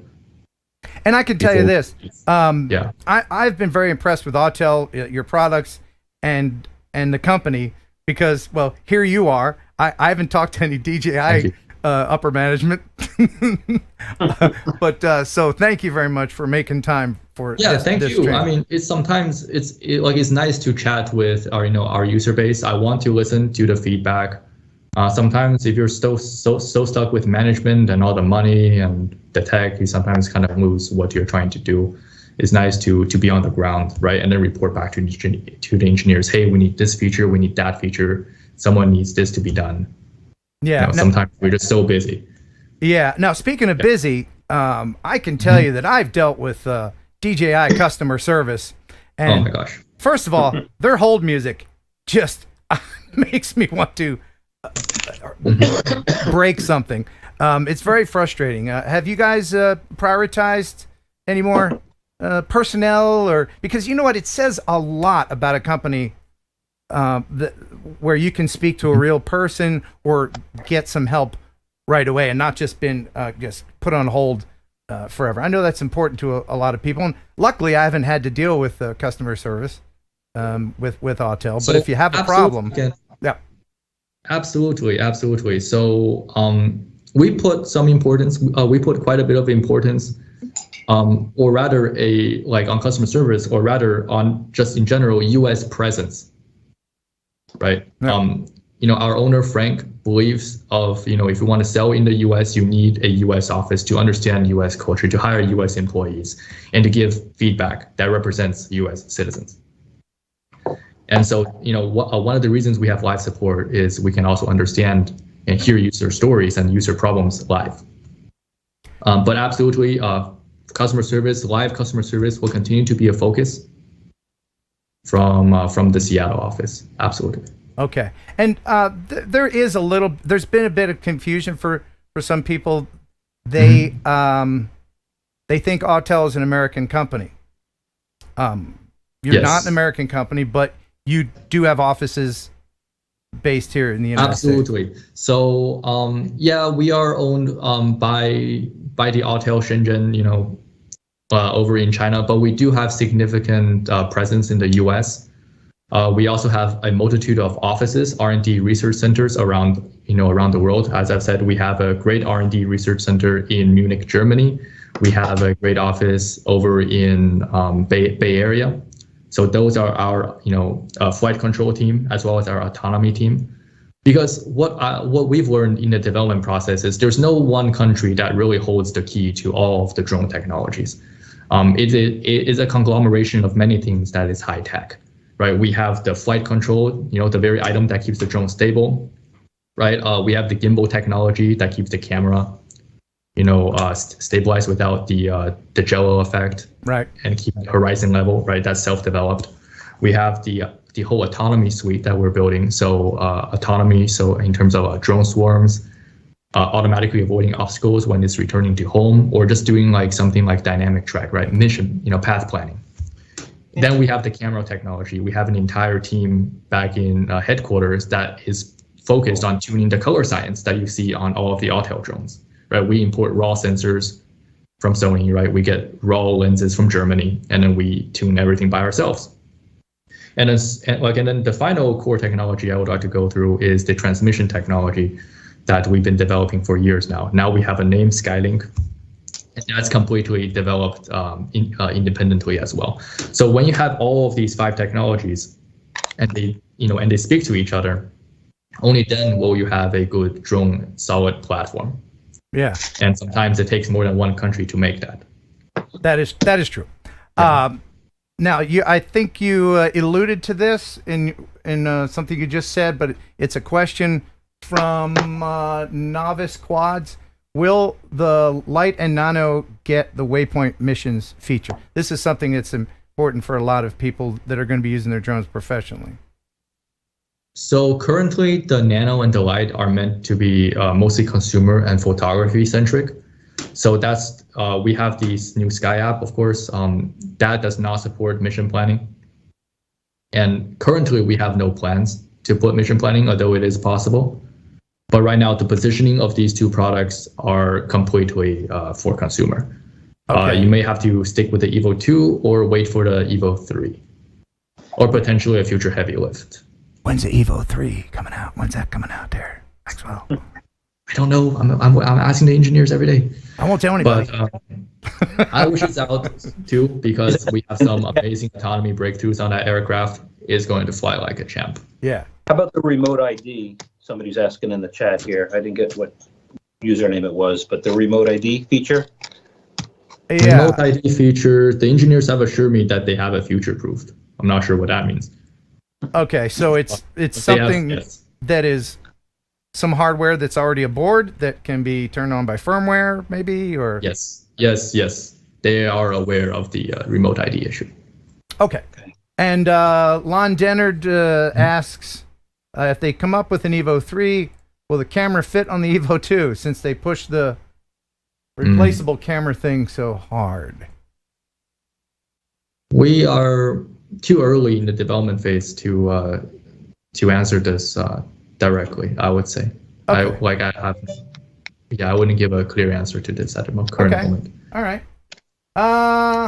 Man, I could just talk to you about this stuff all night. And Sarah, please let me know if you see any other questions. But we do a thing with all of our guests called "Would You Write It?" And you've seen, Maxwell, all these people who are inventing these vertical takeoff things that you can ride. They call them drones, but if you're in it, it's not a drone unless somebody else is controlling it, I guess. Yes. But there is a new one, and I'll just go ahead and play this. This is by a company called Samad Aerospace, and this is their first actual test hover. And you let me know, along with everybody else, would you ride this thing? Let's see it. Does it look scary? What in the world? Yeah. Okay, so it is massive. So yeah. That's usually a thing. I've seen some where the guy was just literally standing on top of 4 propellers. So I'm guessing this will tilt and then go forward, but this is just a hover test that they're doing. So the manned hover test. Right. Yeah. What do you think? Would you ride this thing? I would definitely not ride in this, okay? Because I've seen the testing grounds for AUTEL Robotics. I know how many drones have crashed there. I don't trust engineers when they tell me that, okay, it's ready for market, and then I take it out to fly, and then I crash it in 5 minutes. I've crashed so many drones now. Have you? What's your favorite AUTEL drone to crash? Evo 2s, because they can't stop telling me that it has omnidirectional obstacle avoidance. Oh. So, okay. Because then there are limitations to such technologies, right? If you have a wall that doesn't have any texture, I found out that the hard way. Oh, so you're purposely trying to crash these things? Yeah, because I was showing it to one of my repair managers. When the new Evo 2 came out, they said, "Oh, it's not going to crash, and then it went full speed. I'll say 22 miles an hour into the wall. Yeah, that's the thing. When I see these combs that say unbreakable on it, oh yeah, you give me that comb. Oh, yeah. I'm gonna break that thing. Yeah. So yeah, you look at it as a challenge, but that's got to be a fun gig. Yeah. So flying drones, I'm just very skeptical at the current moment. It takes a lot of effort to build a stable flying platform, and I don't even know how many thousands and thousands of flight hours you need to put onto it. How did you come to be the general manager, and were you a fan of drones before you got in the big chair? All right, some history about me and my involvement. So I've been on and off involved. Okay, so yeah, I've been on and off involved in auto robotics since the company started. Mostly because this is for me, it's a family business. So my father is the owner of the company. That's handy. And yeah, it's quite handy. I would say, I get to see a lot of the cool stuff people don't usually get to see. Right. But so until about 1.5 years ago, I'm kind of just on the side, influencing some of the product decisions they make, like positioning of the aircraft and where to position it relative to the market and so on and so forth. Okay. So yes. Did you go to school for all this? Because you seem very up on. You're very, very smart. Very smart guy. Thank you very much. Yeah, East Coast in Boston. Okay, very good. Okay. Oh yeah. Somebody wants to know. Novice Quads wants to know. What drones do you have personally? And what drones do you have? More like what drones have I flown and crashed? Yeah, so like what? Phantom 1, Phantom 2, Phantom 3, Phantom 4. I've played around with it, but I never owned one. Mavic 1, Mavic 2, Air 2S, Mini 2, Skydio 2, and then. What do you think of the Skydio? What do you think of the Skydio drones? I'm genuinely I'm quite impressed. I wish Skydio the full success. Being the only U.S. manufacturer, we do need some U.S. Competitors. Yes. In the market, I think their autonomy system is great. When the Skydio, was it the Skydio R1 that came out? We had those, and it flew really well. It blew DJI and AUTEL out of the water when it first came out, with its ability to stay on target, with the ability to track subjects and dive, in and out of trees. It took us a bit of effort to actually crash it. So I really respect their autonomy system. I think it's a great drone. Personally, I do mountain biking. So if you ask for any other drone to follow me when I'm mountain biking, I would probably choose a Skydio too. Right? There's a lot of technology on board there. Oh yeah, there's definitely a lot. Before we let you go, look into your magic crystal ball and tell us what will drones and the drone industry be like in 10, 15 years? What will we be seeing as far as the innovations? Excellent. Yeah. And would that strictly be consumer or commercial or both goes? Just whatever you want, either one. I see. Yeah. I see. So on the consumer side, we're seeing kind of a stagnation currently. We're getting a lot of regulations piled on us, and the rate of technology jumps have slowed down significantly since about 2014, 2015-ish. Back then we're seeing like plus 5 minutes of battery every time, a new generation comes out, new obstacle avoidance, 1-inch sensors, some crazy stuff. But now kind of that everybody's dead, the competitors are all dead, DJI is slowing down with the innovation, we're slowing down. It's harder to make breakthroughs, like before. So we're seeing like basically consumer kind of plateauing it's just and stabilizing. Incremental improvements. Yeah, incremental improvements for the consumer side. More focus on the compact drones for sure, as we pile more and more features onto these nano units. I think, in my opinion, the major jump we will see will be the commercial industry. Again, it's fairly new, right? Got started about 5 years ago, mainstream, when DJI introduced, the Matrice series and and the quadcopters and all that. So we'll see more usage in public safety. We'll see more usage in energy, and autonomy is going to be a big thing. Yeah, autonomy is definitely going to be a huge avenue in the future. Right, we have a bunch of companies already experimenting with self-charging stations. Right, Skydio did it. We are doing it. We have a bunch of other companies that's doing it. just for drone swarms, automatic perimeter security patrols, automatic drones as first responder program, where the drone flies out by itself to respond to 911 calls. Right. And as soon as the regulation clears us, we can do it right now. Cool. But I do agree that there's a lot of safety things we have to jump over. Yeah. It's going to be an interesting next 10 years for sure. And ultimately, if you think about it, drones is just a branch of robotics, and that's how we consider, AUTEL Robotics, where we don't consider ourselves to be a drone company, but rather a robotics company. We make flying robots designed to do all sorts of tasks, whether autonomously or non-autonomously or piloted. You gave me visions of Terminator. I don't want my drone to become self-aware. Yeah, we don't want a Sky app to become Skynet. Huh? Right. So, don't put any AI in there. Don't put too much in there. I want it to have a nice personality. We're a bit, there's still a bit to go. There's still a bit to go. Yeah, I probably won't see it in my lifetime. But Sarah, you're going to grow up with drones in your life, doing all kinds of things. And thank you very much for being on with us. I appreciate you're very gracious to give us your time, and the drone community thanks you for everything you're doing for giving DJI a run for their money, which they desperately need. Great. We'll continue try to make products that people want and move away from the Home Depot orange, get some good colors. I think the orange is growing on me. I like it. I like the orange. Okay, glad that some people like it. Okay, good. Awesome. Well, thank you very much, sir. We'll let you get back to doing what you're doing, and talk to you again soon. I'll stay busy. All right, thanks, bud.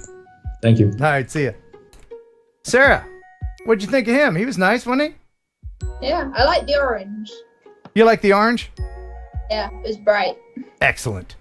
And now here is Sarah with a funny joke. Certainly you found one by now. Oh, what do you call a boomerang that doesn't come back to you? What? A stick. Hey! That's good stuff. That's good stuff. Awesome. Well, thank you very much for stepping in to be our co-hosts, our dueling co-hosts there. Gotta keep the accent going, right? The English accent. Yeah, we always need a British accent on here.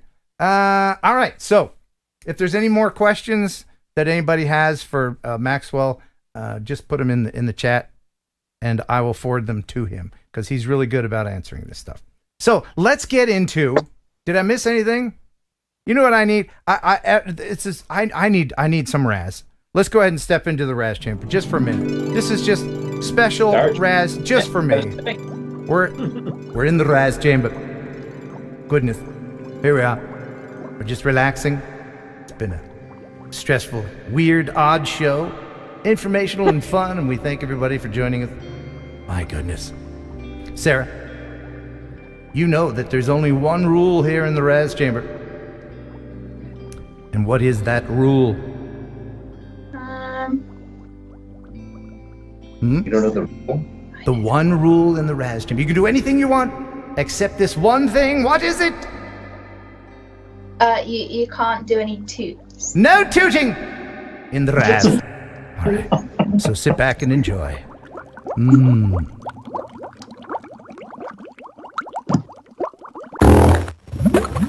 Geeks Fauna! Shame on you! Shame on you, Sean, for farting in the RAS. How do you do that? I don't know. It's some kind of magic. All right. Let's play some viewer videos, shall we? Got some good ones. And but first, how about a little Santa magic? Where's my inspirational Christmas music? Because this is really, really cool. No, that's not it. That's not. No. Ah, there it is. There's the inspirational. So this is from Richard Black. He says, Ken, this time last year, my daughter Lily called in for Santa on the show, because, Santa was on the show last year, and asked for a baby sister. Well, little Santa magic, baby sister was born on November 6th, and there is baby sister. Oh, so cute. And that's from Richard Black, a little Christmas magic that happened. I like to feel that Santa was part of it. Oh, isn't that nice? No comment? Even with the heartfelt music? All right. Feel free to jump in anytime there, Sarah. You know, remember, you're on the show. You're not just watching it. All right. All right, here we go. Oh, she's leaving. All right. This is from Michael Campbell. Michael Campbell sent this in. By the way, you can send in a video. You can do it here. You can send it in to kenheronupload@gmail.com. Make sure to include your music source, because YouTube gets upset with me if people are using non-copyrighted music. If you want non-copyrighted production music, use Epidemic Sound. Free trial link in the description. You get 30 days of all the music and sound effects you'd ever want. Use that link, Epidemic Sound, because everything else is crap. Indeed. Right, Sarah? Yeah. That's right. Okay. So this is from Michael Campbell. He says, hey, Ken, in early summer this year, I nearly had a collision with a bird. A heron bird. What? Oh, no. Well, let's check that out now. Take your finger off the accelerator. It's hard to hear him talking, but he's narrating. Who? Where are you? Huh? Where is AA-Ron right now? What are you on about? No AA-Ron, huh? Oh, You done messed up, AA-Ron! Well, that was close. what a wanker.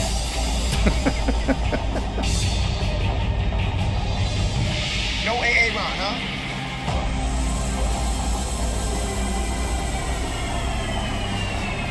Wow, that was close, man. I'm just glad the drone didn't go into a tree. That was great. Thank you very much for sharing. Michael Campbell. Thank you, Michael Campbell. Okay. I have some. FPV? Was that the DJI FPV? I think it was. I think it was the POS. Yes. Speaking of that, in Ocean City, Billy Kyle was flying the POS. Here's it. Here's that. If I can get it going here. Yeah, I got a lot of Ocean City videos here. So we've kind of taken over the boardwalk.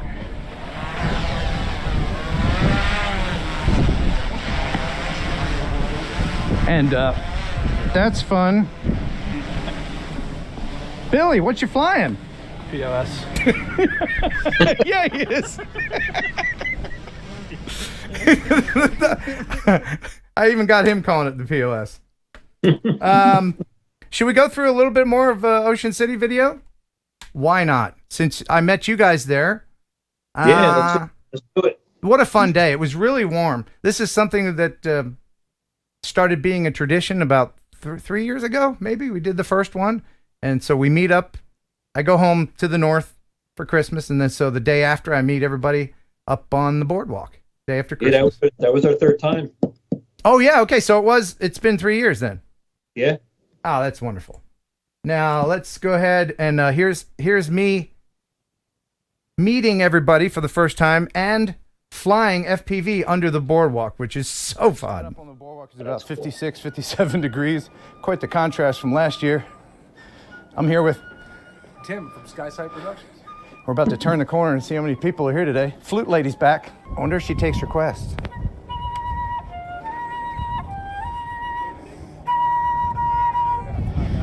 You take requests? If I know it, sure. Play some Skinner. No? Okay.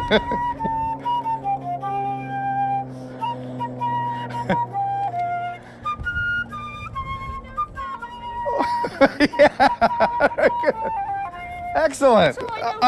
That's good. That's good. Hey, everybody. Hey. Hey, Ken's here. Thank you for coming out and playing with me today. Thank you for coming. Oh, wow. There's some new faces. Hello, Ken. Good morning. Is that the 10? It's the 10. Are you filming me with the 10? I am. You got the mod on it. I got the Max Lens mod. All right, let's get everybody's germs on my hand. Hey, man, how you doing? Oh, man. Merry Christmas. Hey, Merry man. Christmas. How are you? I was on your stream. Yes. We appreciate Hey, that. good to see you. How you doing? Tony? Hey, Tony. Nice to meet you. Good to meet you. Good to see you, buddy. Glad to see you, Ken. All right. He's got a little present for you there. He's going to want you to fly. Oh, today. that's right. Talking about You're going to let me fly that? Of course. Look at that thing. What do you call that? That's the Favic. The Favic. And who else we got? Andrew. Hey, how you doing? Nice to meet you. Hey. Glad you made it. Hey, thanks, man. I'm glad you made it. Planes getting canceled. We didn't know if you'd make it. Yeah. Oh no, I would miss it. Wouldn't miss it. Good to see you. Let's get video. All right. Hey, Jim Griggs. I was here the last time. It was freezing. My son, Yeah. Jimmy Jr. Hey. My first time. Hey, thanks for coming. Yo, it's Billy from Philly. What's up, man? How you doing? What's up, brother? Not too much. Oh, the eyebrows are coming in. The eyebrows. They've always been here. May I touch? Yes, go ahead. For luck? Oh, yes. Oh, they feel even silkier smooth than I imagined.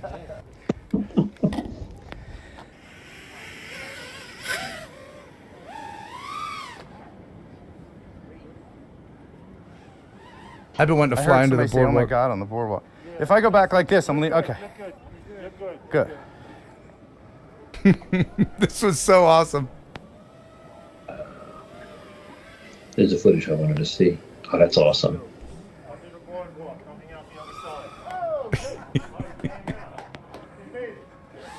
It was better lit under there than I thought it would be. Oh, yeah. I did it. Yeah.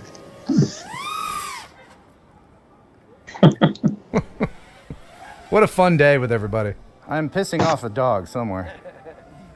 Yeah, when those motors screamed, some dog kept barking. Let me see. But I go under the boardwalk again. I'll try from here first.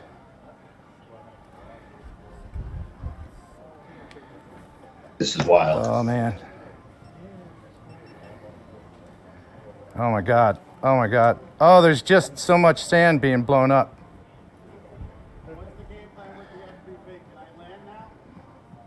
I was flying. This is the coolest thing ever. I was flying carefully, but I really wanted to go 100 miles an hour down that whole corridor. I wonder how far I can go. But it started pixelating on me a little bit. Yeah. I'm way under.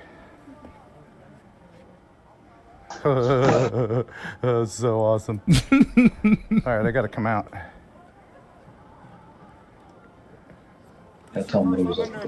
Yeah. All right, I'm going to fly through this thing. I'm coming in at the other end down there. So you guys aware of that? I'm coming in. Oh, there's some dude we don't know. Coming in.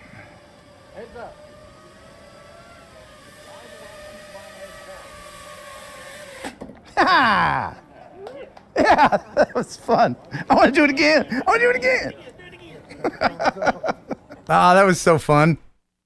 And then we went down to that other place and let's see. Oh, okay. Now I took you, Sarah, for a ride in the goggles at the apartment, but I used the drone that didn't have the camera on it. So this is goggle footage, and then I landed on your foot.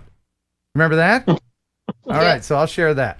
And there was a dude, somebody said, hey, there's a guy out on his balcony. And I said, where? And they said, about fourth down. So I went up and saw him. He's out there filming me. Hey, man. I did a flip for him. And we kept diving that building, and some other people came out on their porch and were waving to us. Awesome. Oh, yeah. I think I'd do another dive here. Junk Pick, are you into FPV at all? I want to get into it. I haven't yet. Yeah. Definitely want to. It really does get the adrenaline going. But here's where I land on your daughter's foot. Bam. Gotcha. That didn't hurt, did it? No. Okay. All right. Good. So from Boardwalk Sand to New Mexico Sand. This is from AJ, Burlap and Light. And I'll go ahead and start this and then read what he has to say. He says, Ken, just saying hello to wish you a Merry Christmas. This video is of Hackberry Lake in Carlsbad, New Mexico. The area is used by the Desert Rough Riders Club for an annual competitive motorcycle event called the Carlsbad 100 Desert Race. Have a great holiday, and even better, New Year. Waiting to see some fly-throughs on the fire truck with the FPV. Yeah! Fire truck. My radio station, for those who don't know, bought an old fire truck, like a 1988 ladder truck, and the ladder goes up 55 feet. So I'll be bringing that to Minefield 2022, August. So everybody can fly through it. We're planning on coming, Ken. Oh, you coming? Yeah, we missed it this year, but we'd like to do it this next summer. Oh, great. Yeah, it's a free event. Anybody just show up, doesn't cost you anything. Maybe some gas money. But, wow, this is a beautiful place.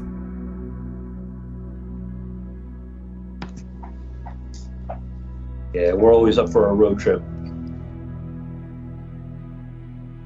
Wow, that's beautiful. Very well done. Very well done. Thanks for sending that in. Appreciate it. Okay. Everybody still on board and have a good time? Everybody good?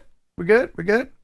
All right. So the contest tonight, I guess we can do that right now. We can give away something. You want to give away something? Go ahead, sir. Something from Freewell, freewellgear.com, a free set of ND filters for any drone or camera. And I want to thank freewellgear.com very much for sponsoring this contest, as they do. And it's going to be very simple right now. Pick me, pick me! Everybody, pick me, pick me! And I'm going to let Sarah pick one lucky person. One lucky person. And don't pick yet. So, along with your pick me, maybe give Sarah a compliment. Let's boost her ego a little bit. All right? So pick the person that gives you the best compliment, Sarah. Gotta read it. And they will win. Oh, somebody just became a Razketeer. Thank you very much. Got 3 new members tonight. So once again, this is freewellgear.com. Do check them out. Quality items, ND filters for your phone. I mean your camera or your drone. And Sarah has picked a winner. And the winner, Sarah, is with the best compliment. I'm not seeing many compliments, actually. Everyone's just saying, pick me. It's a bit rude. Oh, dear. My goodness. Well, pick someone who has complimented you. Let's see. I will pick.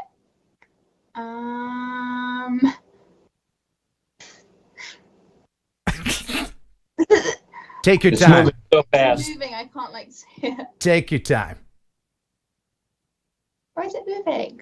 Come on, Sarah, you got it. It's moving. I can't pick one that's moving. I'm gonna go make a sandwich. I'll pick.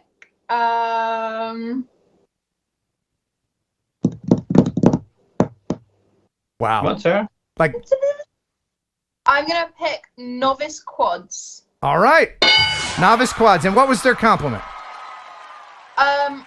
It's moved. It's moved. Okay. All right. Well, it was the first I saw, so. That's fine. I appreciate it, everybody. You can go back and read all the compliments later and get a big head. Okay, Sarah? All right. Congratulations, Novice Quads. Make sure that you remind me, email me here and remind me that you won, because I'm old and I forget things. All right. There you go. Right there. Now, it does look like that a train has pulled into the station. And I'll just very quickly, if I can, go through and read these super chats. My goodness, thank you, everybody. Let's see what we got. Now, there was the pre-show chats. Let me see if I can pull that up. Pre-show chitty chats. I got to pull those up. Because I have to share it. People in the pre-show. There it is. Okay. So we've got Rob Muller. Let's see if I can make it a little bit bigger. Rob Muller. He says, yeah, there's my buddy Ken again and all my other TNL friends. €5 thank you very much. £2 from Skycam Video. Happy TNL. Ken from UK. Quadcopters and Tech became a Heron Bird. Thank you very much for joining, becoming a member. Drone Rob with $20. Thank you, Drone Rob. Love my Robs. Hello, Ken and everyone. And another Rob Aviano. $50. Thank you so much. You're so generous. He says, I hope you and everyone has a safe, healthy, and happy new year. And another new member joined the Heron Birds, Jan Helikar, as Sarah or her dad has coughed up a fur ball. What's going on up there? You okay? Okay. All right, let's move on to. Let's see, we got Dynadrone with $5. Thank you very much, Dynadrone. Hey Ken, I get to stay for the show. No fire drill tonight. Oh, that's right, volunteer fireman. Thank you, Dynadrone, very much for your service, for serving your community and the drone community as well.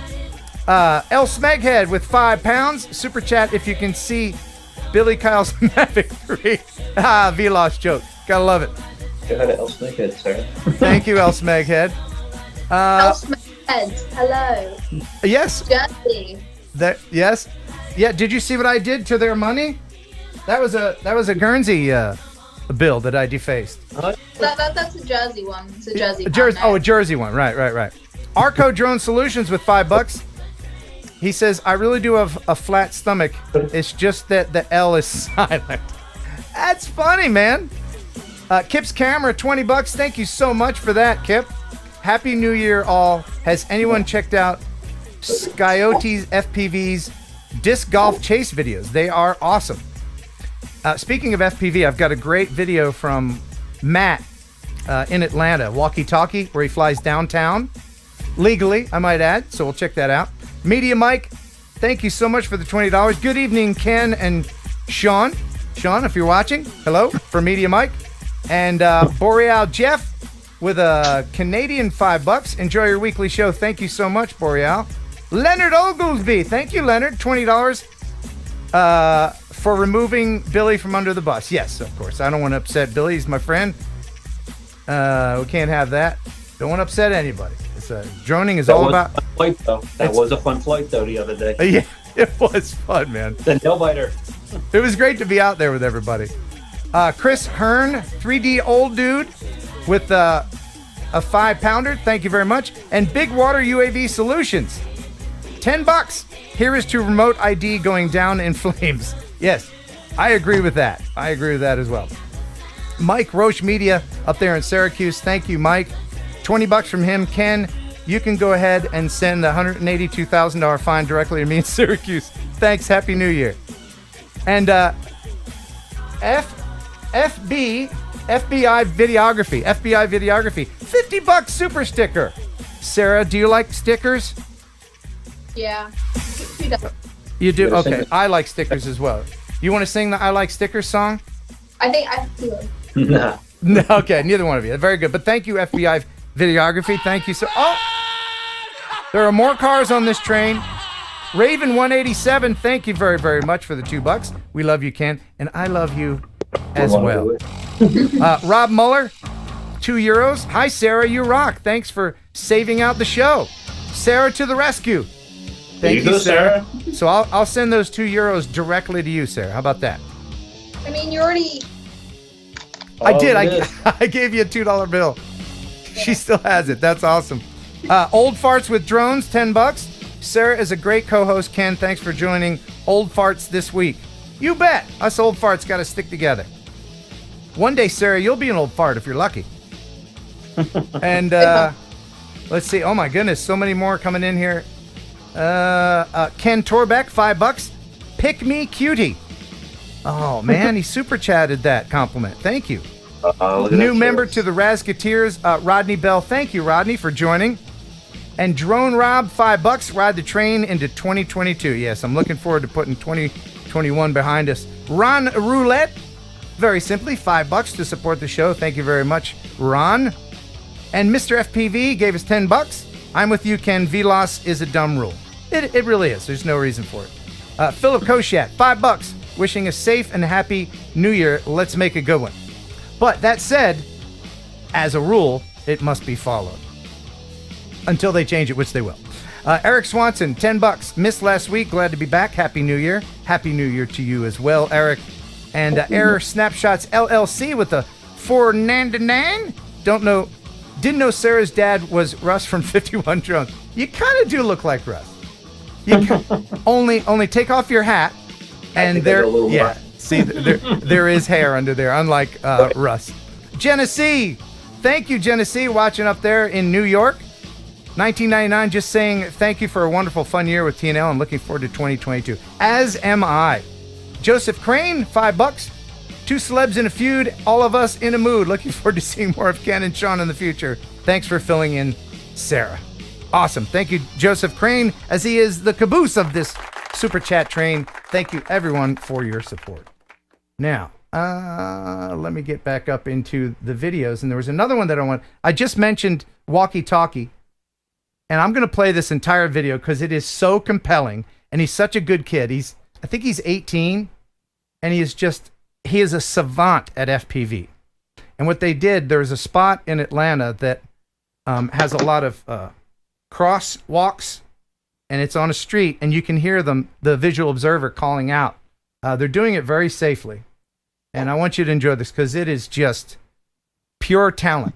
Enjoy this from Matt, Walkie-Talkie in Atlanta. This road's pretty fun too. All right. But these little things right here are fun too.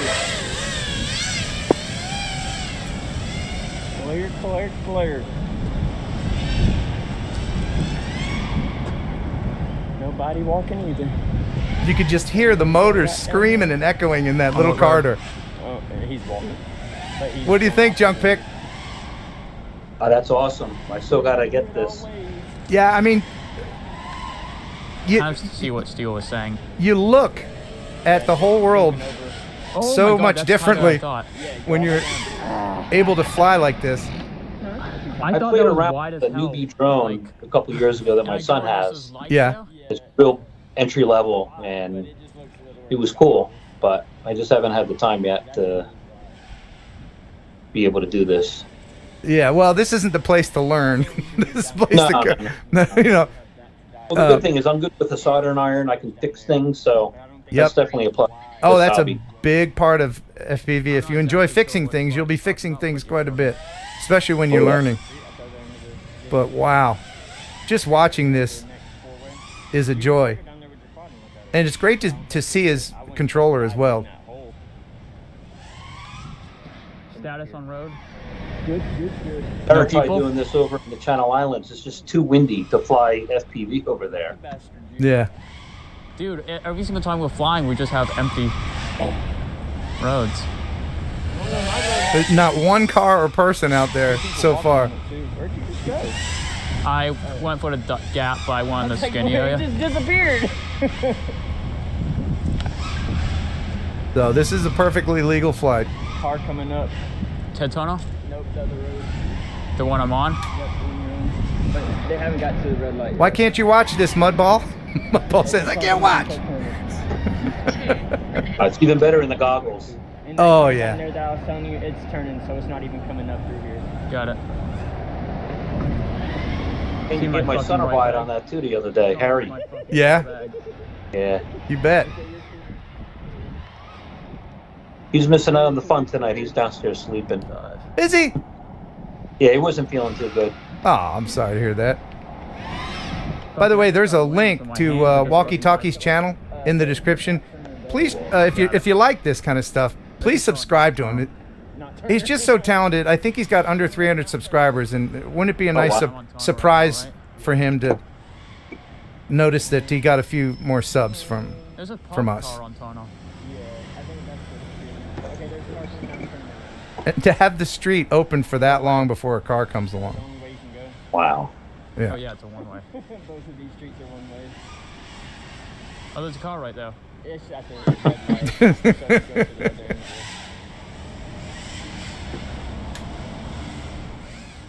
Sarah, your thoughts on this? I think it's cool how they haven't crashed yet. There's a cop. Yeah. Do you think that you'd ever want to do this? Yes. Now you see his controller shaking a little bit. That is pure adrenaline. That's the way I get sometimes when I'm not even flying half like this. That's how exciting it really is. So he's coming in for a landing. It was like that when we were out in Jersey with that long, yeah, that long flight. Yeah.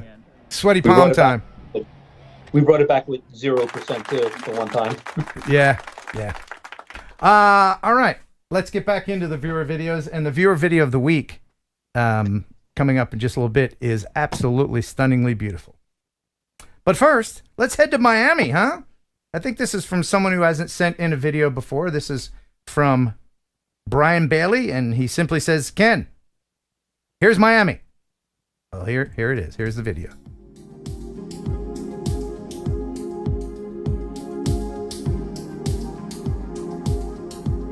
Sarah, have you flown your Mini out over water? Yeah, I have a while ago. Were you nervous about it initially? Because a lot of people are nervous when they first fly over water. Yeah, especially in the wind. Oh, right. But the Mini can handle wind pretty well, can't it? Yep. It's a good little drone. The go-to drone. Yeah. And we'll see what those AUTEL Nanos are all about, too. Looking forward. Cool. Yeah, looking forward to that. Thank you, Brian. Appreciate that. There was another one I wanted to share. Oh, yes. This is from Alex Phipps. He says, hey, Ken, not sure if we've missed the cutoff for today, but here's our latest winter's walk. All right, so let's check out a winter's walk. And this is, I think this is in somewhere in Europe. You know where that is? It's an abbey, so it's got to be somewhere in Britain. Full of abbeys.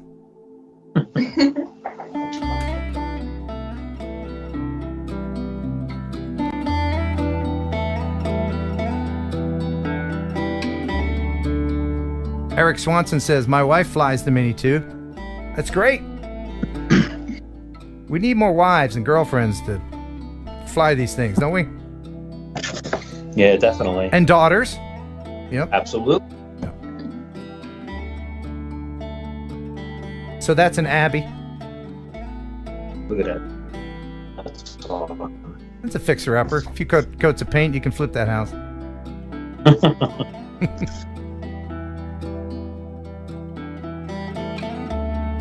Wow.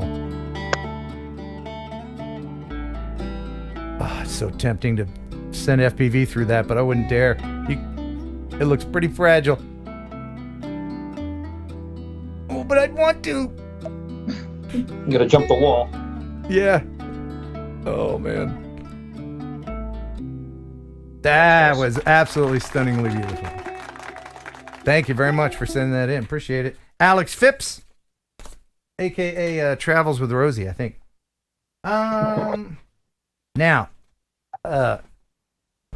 you're in New Jersey right now? Yeah. Okay. Have you had snow there yet? No, not where we are. No? Okay. Do you like snow? Yeah, absolutely. Well then, you're going to like this. Let's go to Oregon and hang out with Levi. He always has videos with lots of trees in it, and these trees are covered with snow. He said, Ken, I wanted to share this with you. The Pacific Northwest has recently received a good amount of snow. I've been trying to make a snow-covered forest video for you and was able to get this just before dark. I hope you enjoy it. I had to cut it short because I was getting motor and blade warnings, I think from the freezing temperatures. Music is from Epidemic, and I was flying the good old Mini 2.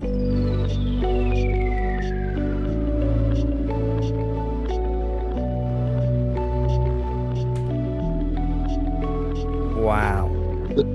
Bill. I suggested to him in the email that he go up there at night and use some colored lights next time it snows like this, to light up the snow in certain spots. I think that would look really, really cool. I hope he takes up the challenge. Yeah, lots of great opportunity for some filming up there in Oregon. Yeah, definitely. Yeah, that was real nice. I think there was one more Ocean City video that I wanted to share before the viewer video of the week. No, played that. Oh, no, played that. No. I think we covered it all. I think we did. Yeah, I think that's about it. All right. You ready for the viewer video of the week? Sarah's pointing out you did in Remote Pilot 101. Oh, very good. Thank you. So you're a good co-host. Boop. There you go. RemotePilot101.com. Sarah, I think you'll be old enough next year to, how old is it? Is it 16? I don't even know. I think you have to be 16 in order to get your Part 107. But knowledge is power, and get the power you need by taking that 107 test so you can legally make money with your drone, which is going to be very important to a lot of new drone pilots that have cropped up after this Christmas. They got their drones and they're thinking, oh yeah, I can do this, I can do that. Oh, and that. You want to get remotepilot101.com, use Heron18, 30% off. And Jason Shappert, the 2-watch wearing guy, he will teach you. He comes on in video form, and all the lessons are all up to date. So if the FAA changes something, which they do seemingly on the hour, he will update the curriculum, and you won't miss out. And you take that test once and you pass it, then when you have to renew in 2 years, then you take that renewal test, which they won't let you fail, and you're good to go. So, yeah. So, Junk Pick, do you have your 107? Nah, not yet. No, you gonna get it? No pressure. You don't have to say yes. I hope to. I hope to one of these days. Okay. Just All right, like very that. good. Well, It'll happen. It'll happen. You know where to go. RemotePilot101.com. Heron18. Yes. Thank you very much for being a sponsor. Love you, mean it. Right, Sarah? Yeah. That's right. And now, the viewer video of the week, brought to you by freewellgear.com. And this is absolutely wonderful. And it's from the UK. And the winner is... Who could it be? It's Mark from Aztec Drones. Says, hey, Ken, thought I would share this video with beautiful reflections. Rudyard Lake in Staffordshire. How do you say it? Staffordshire? I think. Okay. Anyway, it's in the UK. And he says, epidemic sound, of course, because everything else is crap. So do enjoy this viewer video of the week from Mark.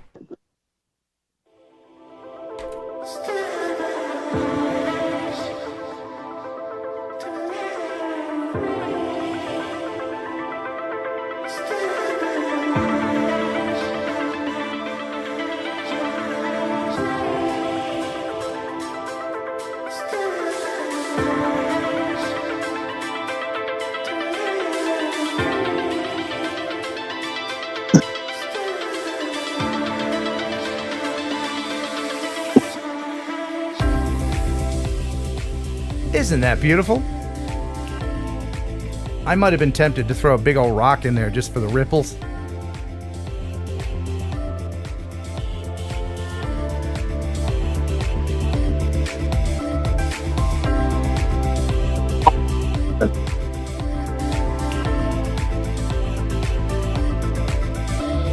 Beautiful. That is awesome. Congratulations to Mark from Aztec Drones UK. And with that, I guess that's the end of the show, right? Unless you have another joke or something. Do you have any more jokes, Sarah? What's brown and sticky? What's brown and sticky? What? A stick.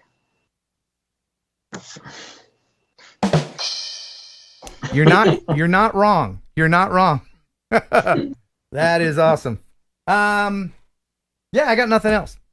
I do want to thank SKS Productions again and Scott, thank you very much for loaning me your Mavic 3.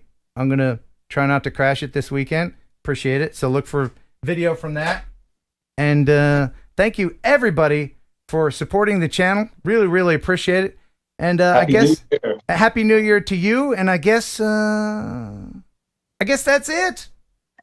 We hope you enjoyed the show half as much as you would have if it had been twice as good. And it has been twice as good. We've had 2 co-hosts, 2.5.